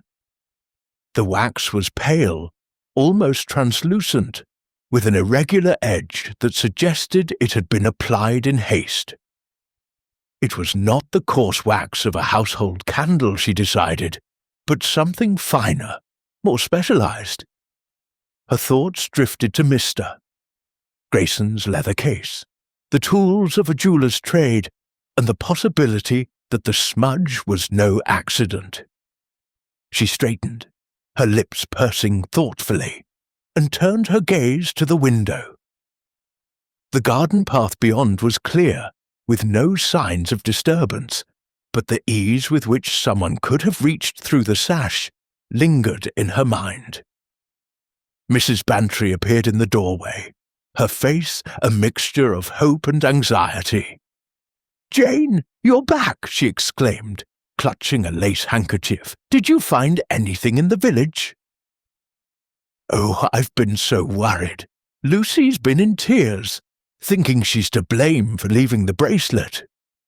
Miss Marple's smile was gentle, but firm. "The village is always full of talk, Eleanor," she said, "and some of it is quite useful. But I'd like to speak with Lucy now, if you please. Her account of the toast may clarify a few points. And then I think we must ask Mr. Grayson to return with his appraisal kit. I have a question or two about his methods." Mrs. Bantry nodded, her eyes wide. "Of course, Jane. I'll fetch Lucy at once. Do you think we're close to finding the bracelet?" Miss Marple's eyes crinkled at the corners. "We are making progress, Eleanor," she said, "but we must be patient.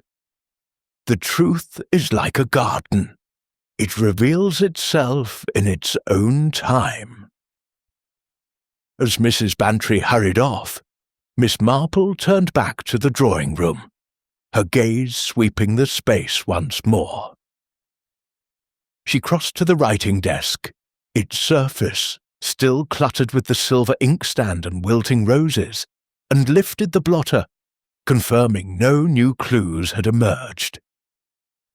The wax smudge, she decided, was the pivot on which the mystery turned. It was too specific, too out of place to be irrelevant. She recalled her conversation with Thomas Cole, his nervous denial about the candle stub in the kitchen, and Grayson's guarded response to her question about wax. The pieces were beginning to align, but the pattern was not yet complete. The door opened, and Lucy, the young maid, entered, her apron crisp, but her eyes red-rimmed from worry. She was a slight girl, no more than 20, with a round face and a nervous habit of twisting her hands. "Miss Marple, ma'am," she said, bobbing a curtsy. "Mrs. Bantry said you wanted to see me. I'm ever so sorry about the bracelet. I didn't mean to leave it alone." Miss Marple gestured to a chair, her expression kind but probing. "Sit down, Lucy," she said. "There's no need to distress yourself. I only want to hear your account of yesterday. Tell me exactly what happened during the toast, and don't leave out anything, however small." Lucy perched on the edge of the chair, her hands clasped tightly. "Well, ma'am," she began, her voice trembling, "I was in the drawing room, keeping an eye on the bracelet like Mrs. Bantry told me. It was on the cushion, all sparkling and beautiful. Then Mr. Cole came by, looking flustered, and said we were out of napkins for the guests. He asked me to fetch some from the pantry, quick-like, so I went. I wasn't gone more than a minute or two, I swear. But when I came back, the bracelet was gone, and I screamed before I could stop myself." Miss Marple's needles, which she had retrieved from her bag, clicked softly as she listened. "And during that minute or two," she said, "did you see anyone near the drawing room? Mr. Cole, perhaps? Or Mr. Redding? Or Mr. Grayson?" Lucy shook her head, her eyes wide. "No, ma'am. The hall was empty when I went to the pantry, and when I came back, I didn't see anyone. The guests were all on the lawn, I think, for the toast. I saw Mr. Redding with Miss Weston earlier, near the awning, and Mr. Grayson was in the library before that, but I didn't see them during the toast." Miss Marple nodded, her mind noting the timing. "And Mr. Cole," she said, "was he in the pantry with you, or did he stay in the hall?" Lucy frowned, her brow creasing. "He was in the kitchen, ma'am, shouting at one of his lads about the sandwiches. I heard him as I fetched the napkins. I don't think he came near the drawing room." Miss Marple's eyes flickered to the wax smudge, and she leaned forward slightly. "One more thing, Lucy," she said. "Did you notice any candles in the drawing room yesterday? Or anything unusual on the table, besides the bracelet?" Lucy's face cleared, and she shook her head firmly. "No candles, ma'am." It was daylight, and Mrs. Bantry doesn't like candles in the drawing room. They drip, you see. And I didn't see anything odd on the table, just the cushion and the bracelet. I dusted it myself that morning. "Thank you, Lucy," Miss Marple said, her voice warm. "You've been very helpful." "You may go now." As Lucy left, Miss Marple's thoughts turned to the wax smudge once more.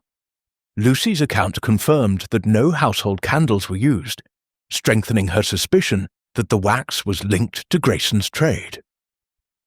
She recalled a story from St. Mary Mead of a jeweller's apprentice who had used wax moulds to replicate a client's ring, selling the original to cover gambling debts. The parallel was striking, and Grayson's guarded demeanour, coupled with the pawnshop rumour, made him a figure of growing interest. Mrs. Bantry returned, her face expectant.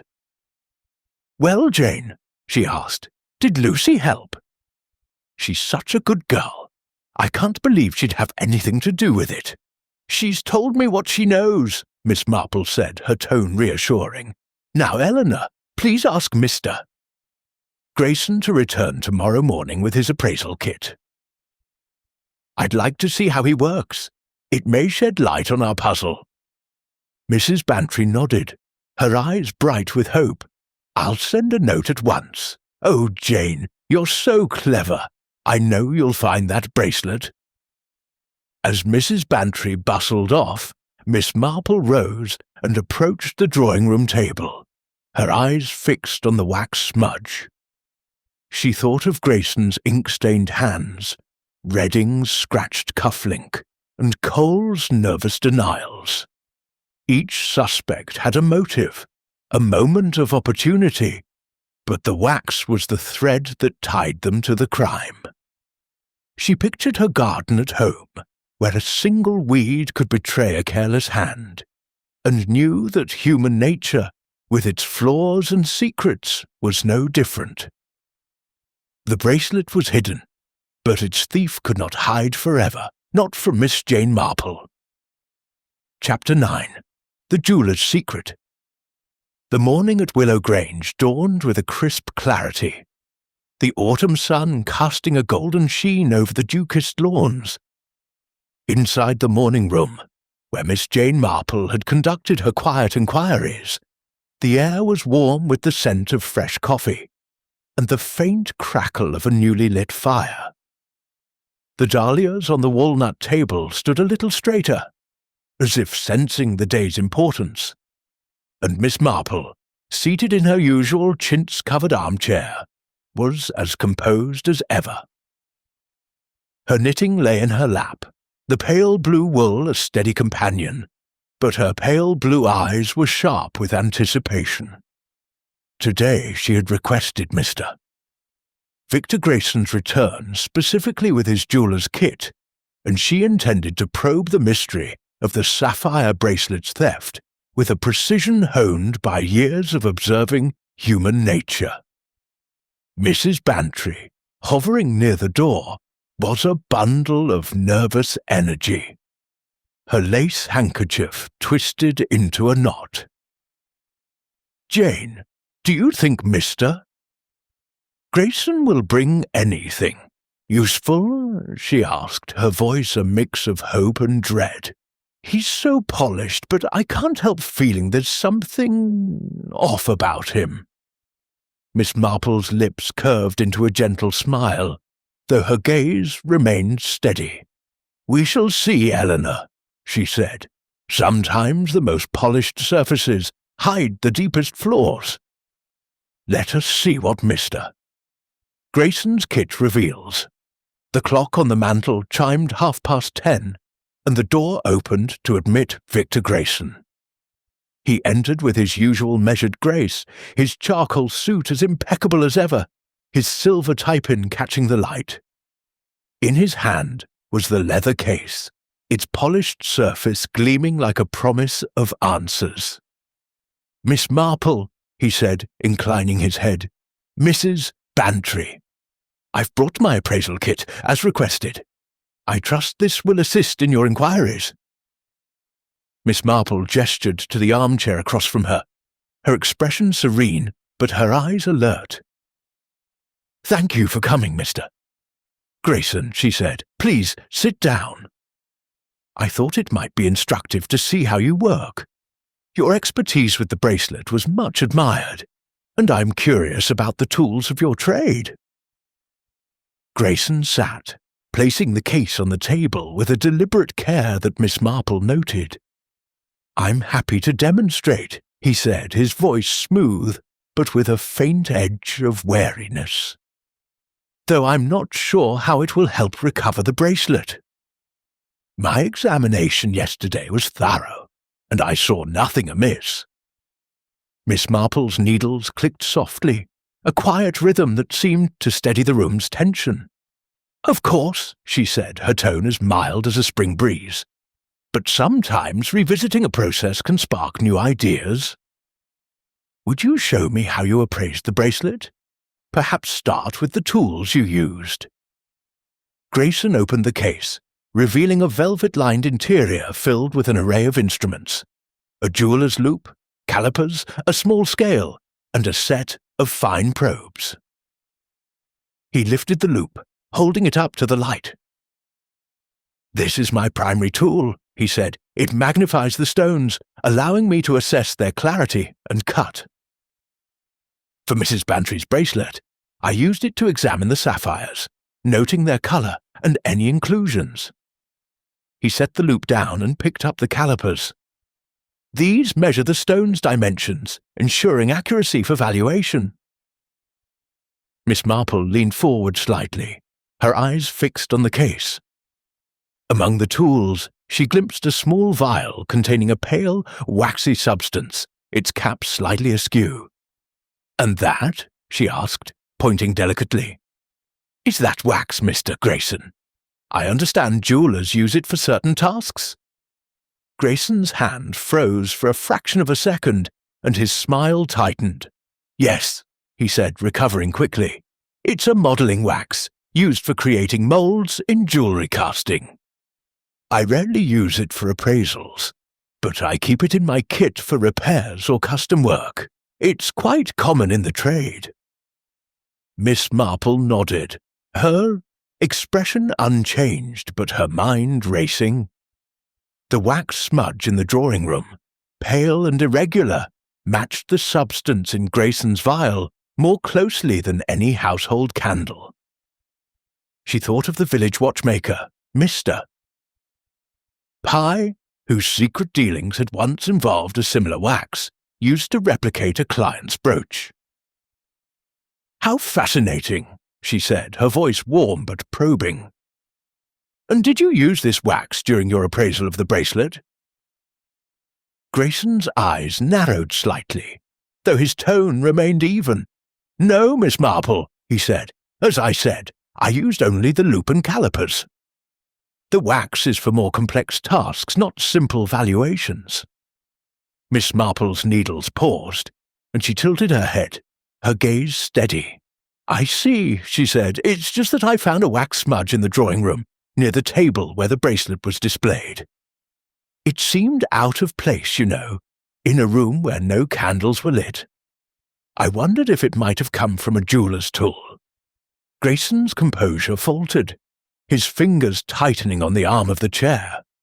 "A wax smudge," he said, his voice carefully neutral. "That's peculiar." Perhaps it was from something else, a guest's cosmetic, or a bit of polish the maid overlooked. "Perhaps," Miss Marple said, her tone unconvinced but gentle. She shifted tack, her voice softening. "You must have a keen eye for detail, Mr. Grayson, to work with such precious items. I understand your shop in London is quite successful, though I've heard rumours, village talk, you know, that you've had dealings at a pawn shop in Chipping Cleghorn. Is there any truth to that?" Grayson's face stiffened, and his hand moved to adjust his tie-pin. A nervous gesture, Miss Marple noted. "Gossip travels fast in villages," he said, his tone clipped. "I do appraise items for various clients, including pawnshops, but it's all legitimate. My business is above reproach, Miss Marple." Miss Marple's eyes crinkled at the corners, though her smile remained serene. "I'm sure it is," she said, "but financial pressures can weigh on even the most reputable businesses. A bracelet like Mrs. Bantry's would fetch a high price, wouldn't it? Enough to ease certain difficulties?" Grayson's jaw tightened, and for a moment his polished facade cracked. "Are you suggesting I took the bracelet?" he said, his voice low but sharp. "I assure you, Miss Marple, I had no part in its disappearance. I was in the library during the toast as I told you, and I have no need for stolen goods." Miss Marple's needles resumed their rhythm, and she leaned back slightly, her gaze unwavering. "I suggest nothing, Mr. Grayson," she said. "I only ask questions. But you must admit, the wax smudge is curious, and your kit contains the very substance that might explain it. Could someone have used your tools, perhaps without your knowledge?" Grayson's eyes flickered with unease, and he shook his head. "Impossible," he said. "I keep my kit locked when not in use, and I had it with me all day. No one else touched it." Miss Marple nodded, her mind filing away his denial. She thought of the ink stains on his hands, the pawnshop rumour, and now the wax in his kit. The threads were weaving together, forming a pattern that pointed to a calculated act. She recalled a case in St. Mary Mead, where a jeweller's assistant had used a wax mould to create a replica brooch, selling the original to cover debts. Grayson's situation, she suspected, was not dissimilar, and his defensive posture only deepened her curiosity. "Thank you, Mr. Grayson," she said, her voice warm but firm. "Your demonstration has been most enlightening. I shan't keep you further, but I may need to speak with you again." Grayson rose, his movements stiff, and closed his leather case with a snap. "I'm at your disposal, Miss Marple," he said, though his tone suggested otherwise. He offered a curt nod to Mrs. Bantry, who had lingered by the door, and left the room, his footsteps echoing down the hall. Mrs. Bantry hurried in, her face alight with curiosity. "Jane, what did you find?" she asked, clutching her handkerchief. "That wax business, do you think he's hiding something?" Miss Marple's smile was faint but knowing. "Everyone hides something, Eleanor," she said. "The trick is finding what matters. Mr. Grayson's kit is interesting, but we need more to be certain. I'd like to speak with Lucy again, to confirm a few details, and then we may need to gather everyone together." Mrs. Bantry nodded, her eyes wide. "I'll arrange it, Jane." "Oh, I do hope we're close to finding the bracelet. I can't bear the thought of it being gone forever." As Mrs. Bantry bustled off, Miss Marple rose and crossed to the window, her gaze settling on the garden beyond. The roses, still vibrant despite the autumn chill, seemed to mock the turmoil within the house. She thought of Grayson's wax, Redding's scratched cufflink, Cole's debts, and Lucy's brief absence.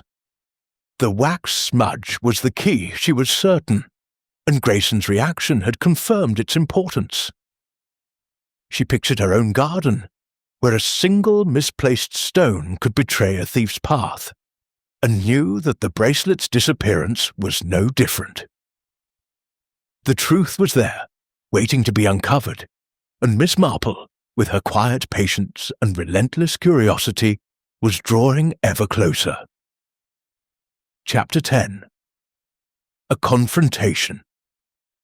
The late afternoon light filtered through the heavy damask curtains of Willow Grange's drawing room, casting a muted glow over the polished mahogany table where the sapphire bracelet had so recently vanished.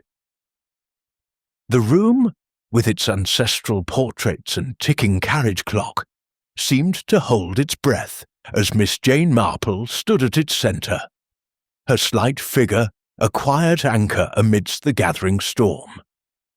Her knitting bag rested on a nearby chair, but her hands were still, her pale blue eyes sharp with the clarity of purpose. The threads of the mystery, the wax smudge, the pawnshop rumours, the nervous glances of the suspects, had woven themselves into a pattern she could no longer ignore. It was time to bring the truth to light. Mrs. Eleanor Bantry stood by the fireplace, her hands clasped tightly, her face a mixture of anticipation and dread. "Jane, are you sure about this?" she whispered, her voice trembling. "Calling them all here, it's so dramatic." What if they deny everything?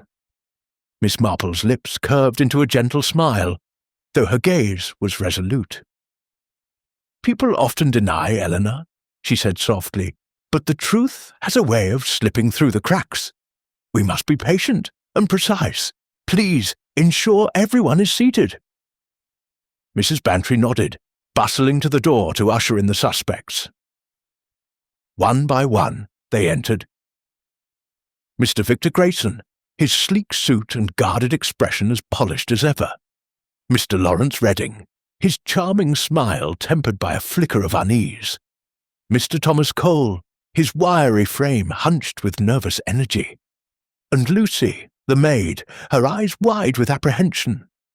They took their places in the brocade armchairs arranged in a semicircle, their faces turned toward Miss Marple, who stood before the empty velvet cushion like a conductor before an orchestra. "Thank you all for coming," Miss Marple began, her voice calm but carrying the weight of authority. "The loss of Mrs. Bantry's sapphire bracelet is a serious matter, and I believe we are close to understanding how it happened. Each of you has helped me piece together the events of the garden party, and now I think we can lay the matter to rest."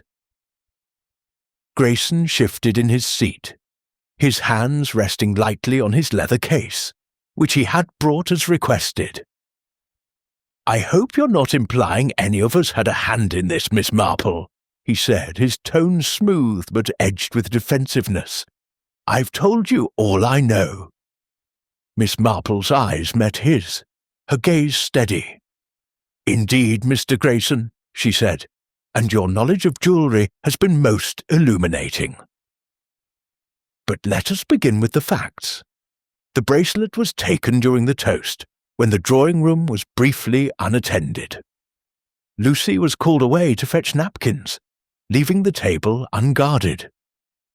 The window was open, and a wax smudge, most curious, was found on the table's edge.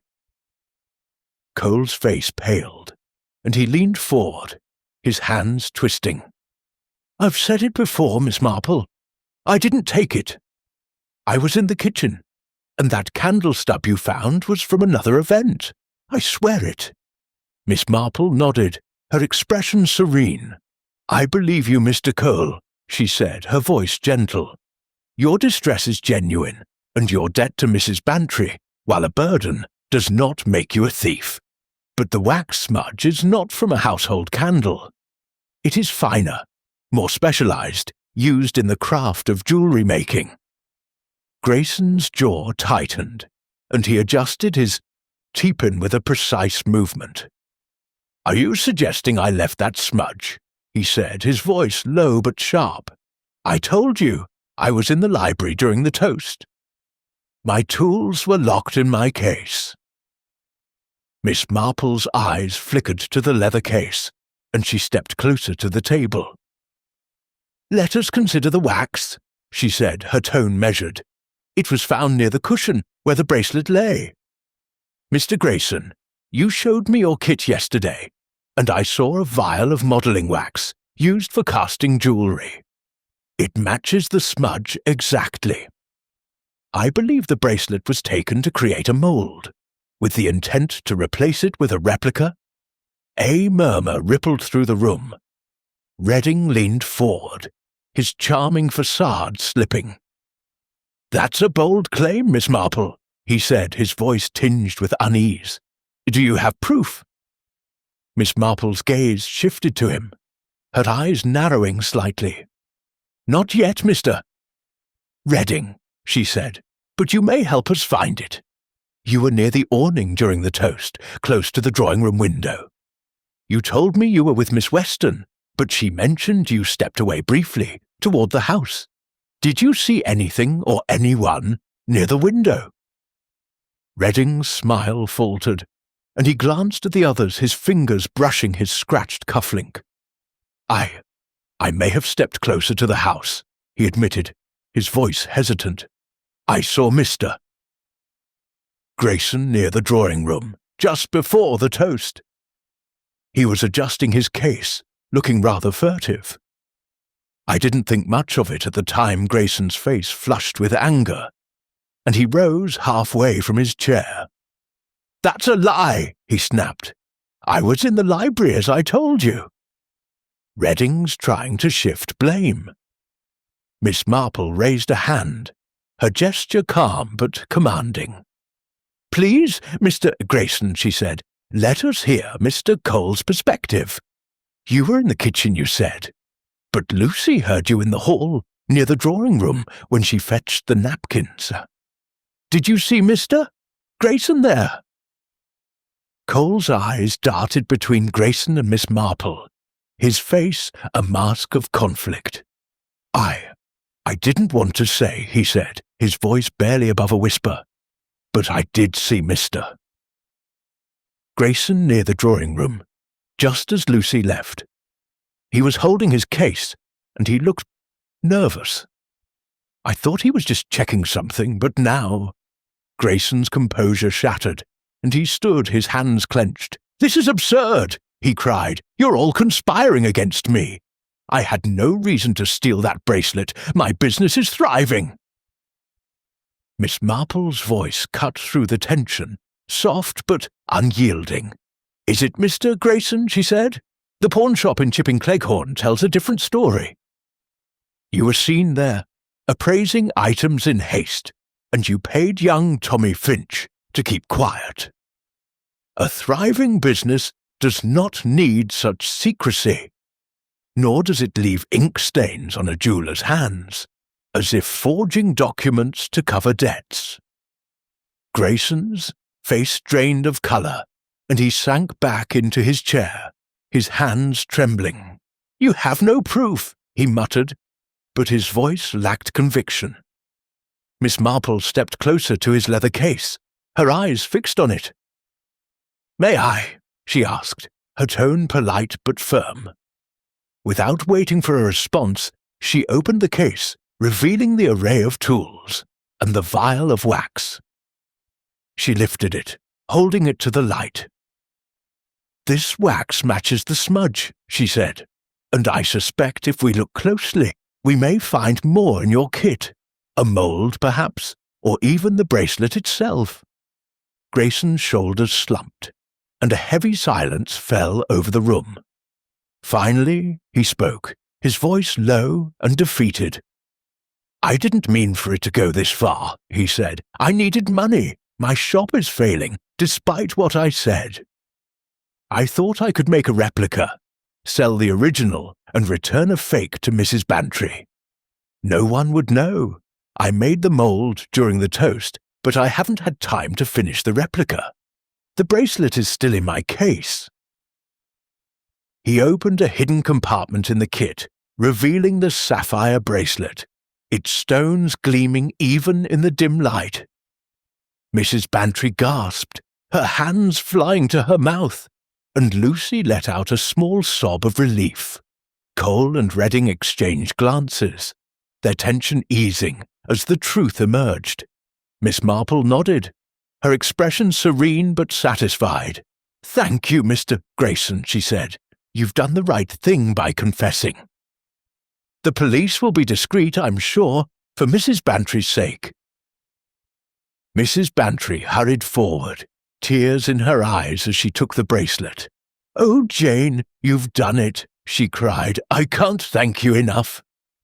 Miss Marple's eyes twinkled, though her voice remained modest. "It was a matter of observation, Eleanor," she said. "Human nature always leaves its traces."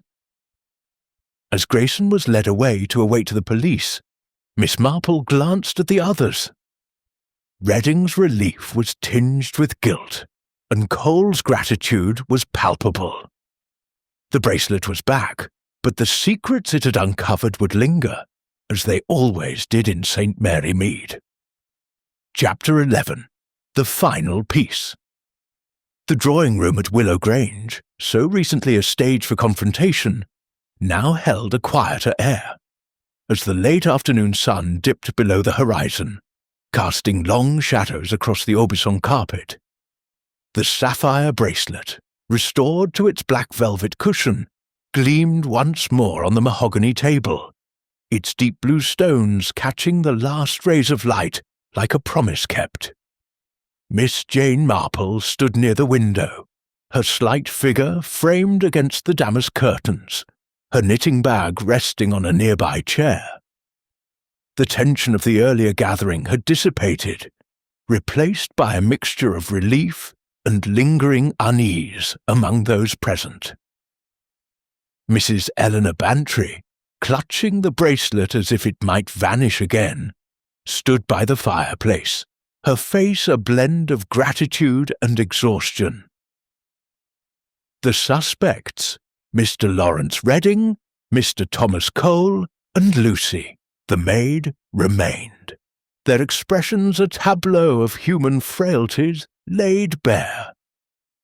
Miss Marple turned from the window, her pale blue eyes sweeping the room with a quiet authority. "It is a relief to see the bracelet returned, Eleanor," she said, her voice soft but carrying the weight of resolution. "But there are a few threads left to tie up, to ensure we understand the full picture." Mrs. Bantry nodded, her hands trembling slightly as she set the bracelet back on its cushion. "Oh, Jane, I can't thank you enough," she said, her voice thick with emotion. "To think it was Mr. Grayson all along. But how did you know? That wax smudge, it seems such a small thing." Miss Marple's lips curved into a faint smile, and she moved to the armchair where her knitting lay, settling into it with the ease of one accustomed to unravelling life's tangles. "Small things, Eleanor, are often the most telling," she said. "The wax smudge was out of place in a room where no candles were lit, and it matched the modelling wax in Mr. Grayson's kit. But let us go back to the beginning, to see how it all fits together." She turned her gaze to Grayson's empty chair, where he had sat only moments before, his confession still echoing in the room. Mr. Grayson, as we now know, planned to replace the bracelet with a replica, selling the original to cover his debts. The wax smudge was from a mould he made during the brief moment Lucy was called away. His visit to the pawnshop in Chipping Cleghorn, and the ink stains on his hands, likely from forging a receipt for the sale, pointed to his financial distress. But it was his guarded manner, his quick denials, that confirmed my suspicions. Redding, seated across from her, shifted uncomfortably, his charming facade softened by a touch of guilt. "I suppose I owe you an apology, Miss Marple," he said, his voice low. "I saw Grayson near the drawing-room, as I said, but I didn't speak up sooner. I thought it wasn't my place, and, well, I didn't want to get involved." Miss Marple's eyes met his, gentle but piercing. "You did speak up, mister." "Redding when it mattered," she said. "Your hesitation is understandable. People often shy away from accusing others. But your presence near the awning, and that scratched cufflink, made me wonder if you had a part to play. I'm glad to know you did not." Redding's hand brushed the cufflink, and he offered a wry smile. "This old thing. A clumsy moment with a door latch, nothing more. I came to St. Mary Mead for a rest, not to stir up trouble. But I'll be more forthcoming next time, I promise." Miss Marple nodded, her attention turning to Cole, who sat hunched in his chair, his face a mask of relief tinged with shame.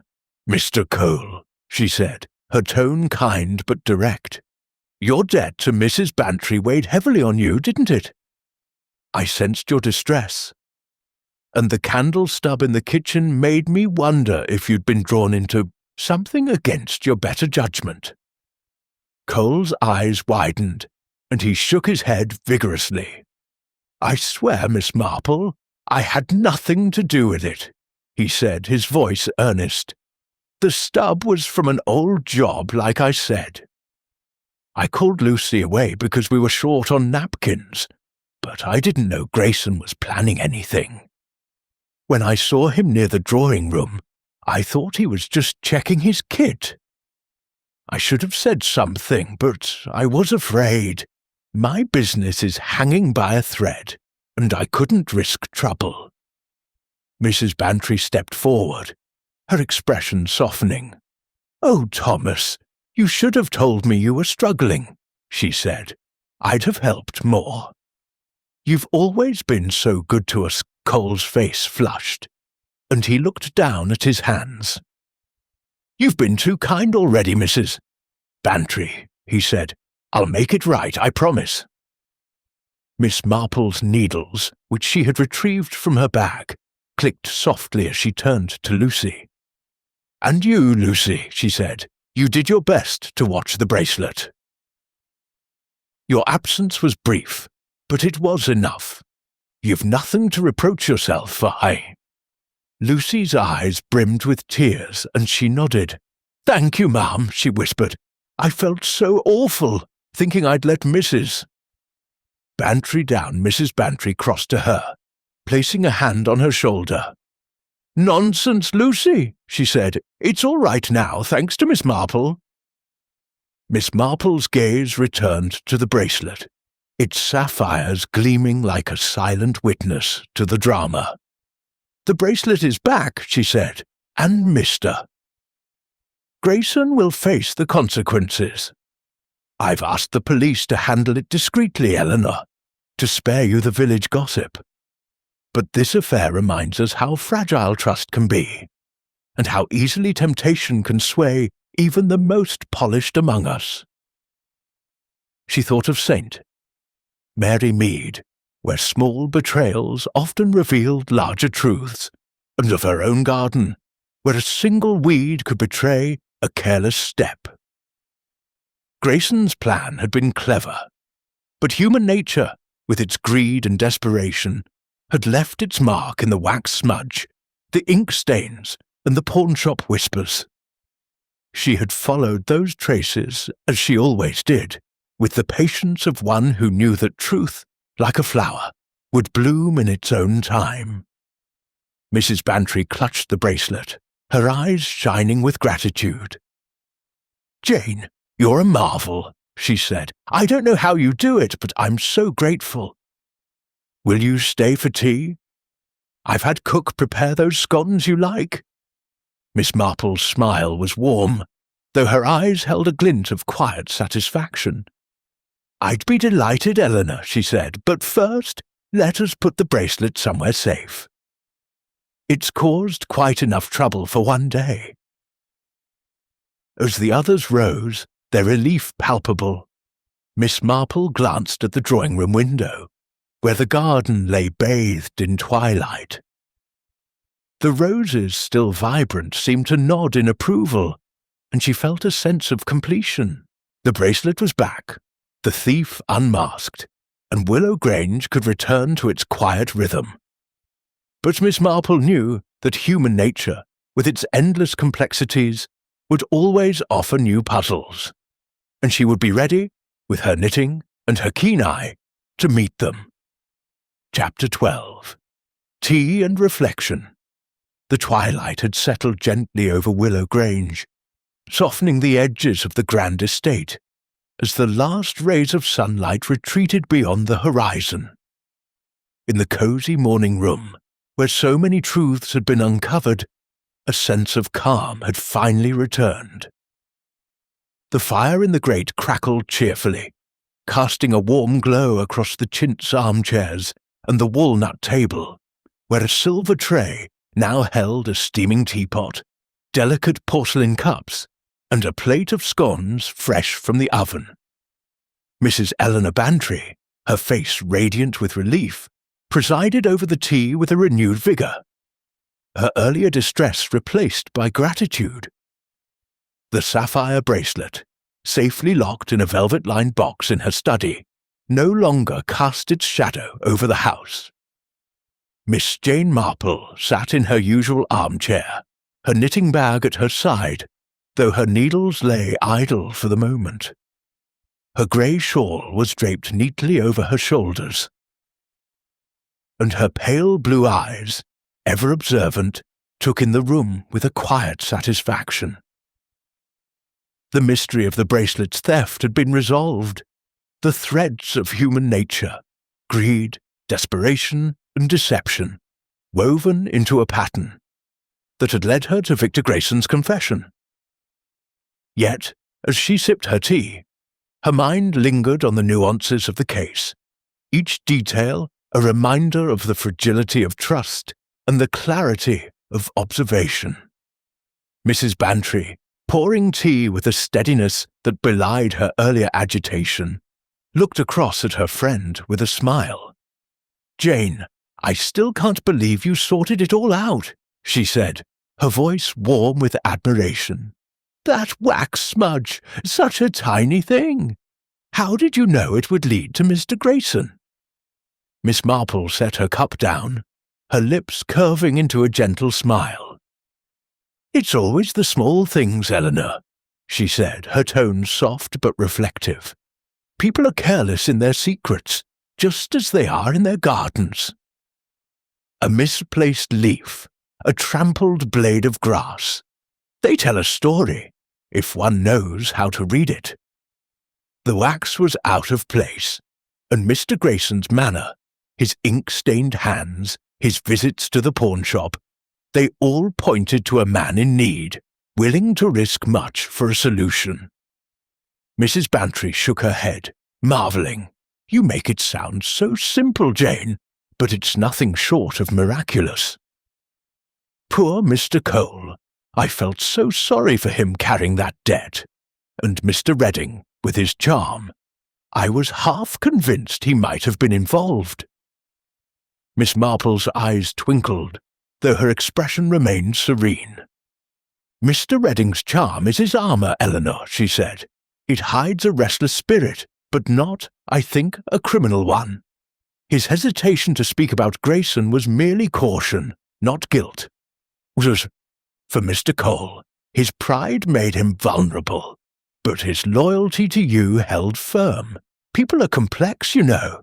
They surprise us for better or worse." Mrs. Bantry buttered a scone, her movements brisk but thoughtful. And Lucy, dear girl, she was so distraught, thinking she'd failed me. "I'm glad you cleared her name, Jane. She's been with us for years, and I'd hate to lose her trust." Miss Marple nodded, her gaze drifting to the dahlias on the table, their vibrant petals a contrast to the fading light outside. "Lucy's only fault was her diligence," she said. "She did as she was asked, and that brief moment of absence was all Grayson needed. But it's human nature, Eleanor, to act on opportunity, just as it's human nature to regret it afterward." She thought of St. Mary Mead, where the smallest acts, a borrowed book, a whispered rumour, could unravel lives if left unchecked. The bracelet's theft was no different, a single act of greed that had rippled through Willow Grange, exposing the frailties of those involved. Grayson's polished exterior had hidden a crumbling business. Cole's quiet struggle had masked his loyalty. Redding's charm had concealed a cautious heart. And Lucy, poor Lucy, had simply been caught in the cross-currents of others' schemes. Mrs. Bantry leaned forward, her eyes bright with curiosity. "Jane, do you think Mr. Grayson will go to prison? I almost feel sorry for him. He seemed so desperate, not wicked." Miss Marple's smile was faint but knowing. "The police will handle it discreetly, Eleanor, as I asked," she said. "Mr. Grayson's crime was born of need, not malice, and I suspect a fine or restitution may suffice, especially if you choose not to press charges. But he'll carry the weight of his actions, and that's punishment enough for a man of his pride." Mrs. Bantry sighed, setting her teacup down. "You're right, of course. I just want this all behind us. The village will talk, I suppose, but with the bracelet back it's easier to bear. Miss Marple's eyes crinkled at the corners. "The village always talks, Eleanor," she said, "but gossip like weeds fades if you don't tend it. Keep the bracelet safe, and Saint. Mary Mead will find a new story soon enough." As they finished their tea, the room grew quieter. The fires crackle a gentle underscore to their conversation. Miss Marple rose, gathering her knitting bag. "I should return to my cottage," she said. "There's a rose bush that needs tending, and I find gardening as soothing as knitting after a day like this." Mrs. Bantry stood, her face alight with gratitude. "Oh, Jane, you must come back soon," she said, clasping her friend's hands. "You've saved us from such a scandal." "I don't know how to thank you." Miss Marple's smile was warm, though her eyes held a glint of quiet amusement. "A cup of tea and good company are thanks enough, Eleanor," she said, "and perhaps a cutting from your roses. They're quite splendid this year." As she stepped out into the cool evening, the stars beginning to prick the sky above Willow Grange, Miss Marple felt a familiar sense of completion. The bracelet was back, the thief unmasked, and the delicate balance of trust restored, at least for now. She thought of her own garden, where every plant told a story of care or neglect, and of Saint, Mary Mead, where human nature played out its dramas in quiet corners. The sapphire bracelet had been a fleeting prize, but its loss had revealed the timeless truths of greed, loyalty, and redemption. With her knitting bag tucked under her arm, Miss Marple walked home, her mind already alert for the next puzzle that life in the village might bring.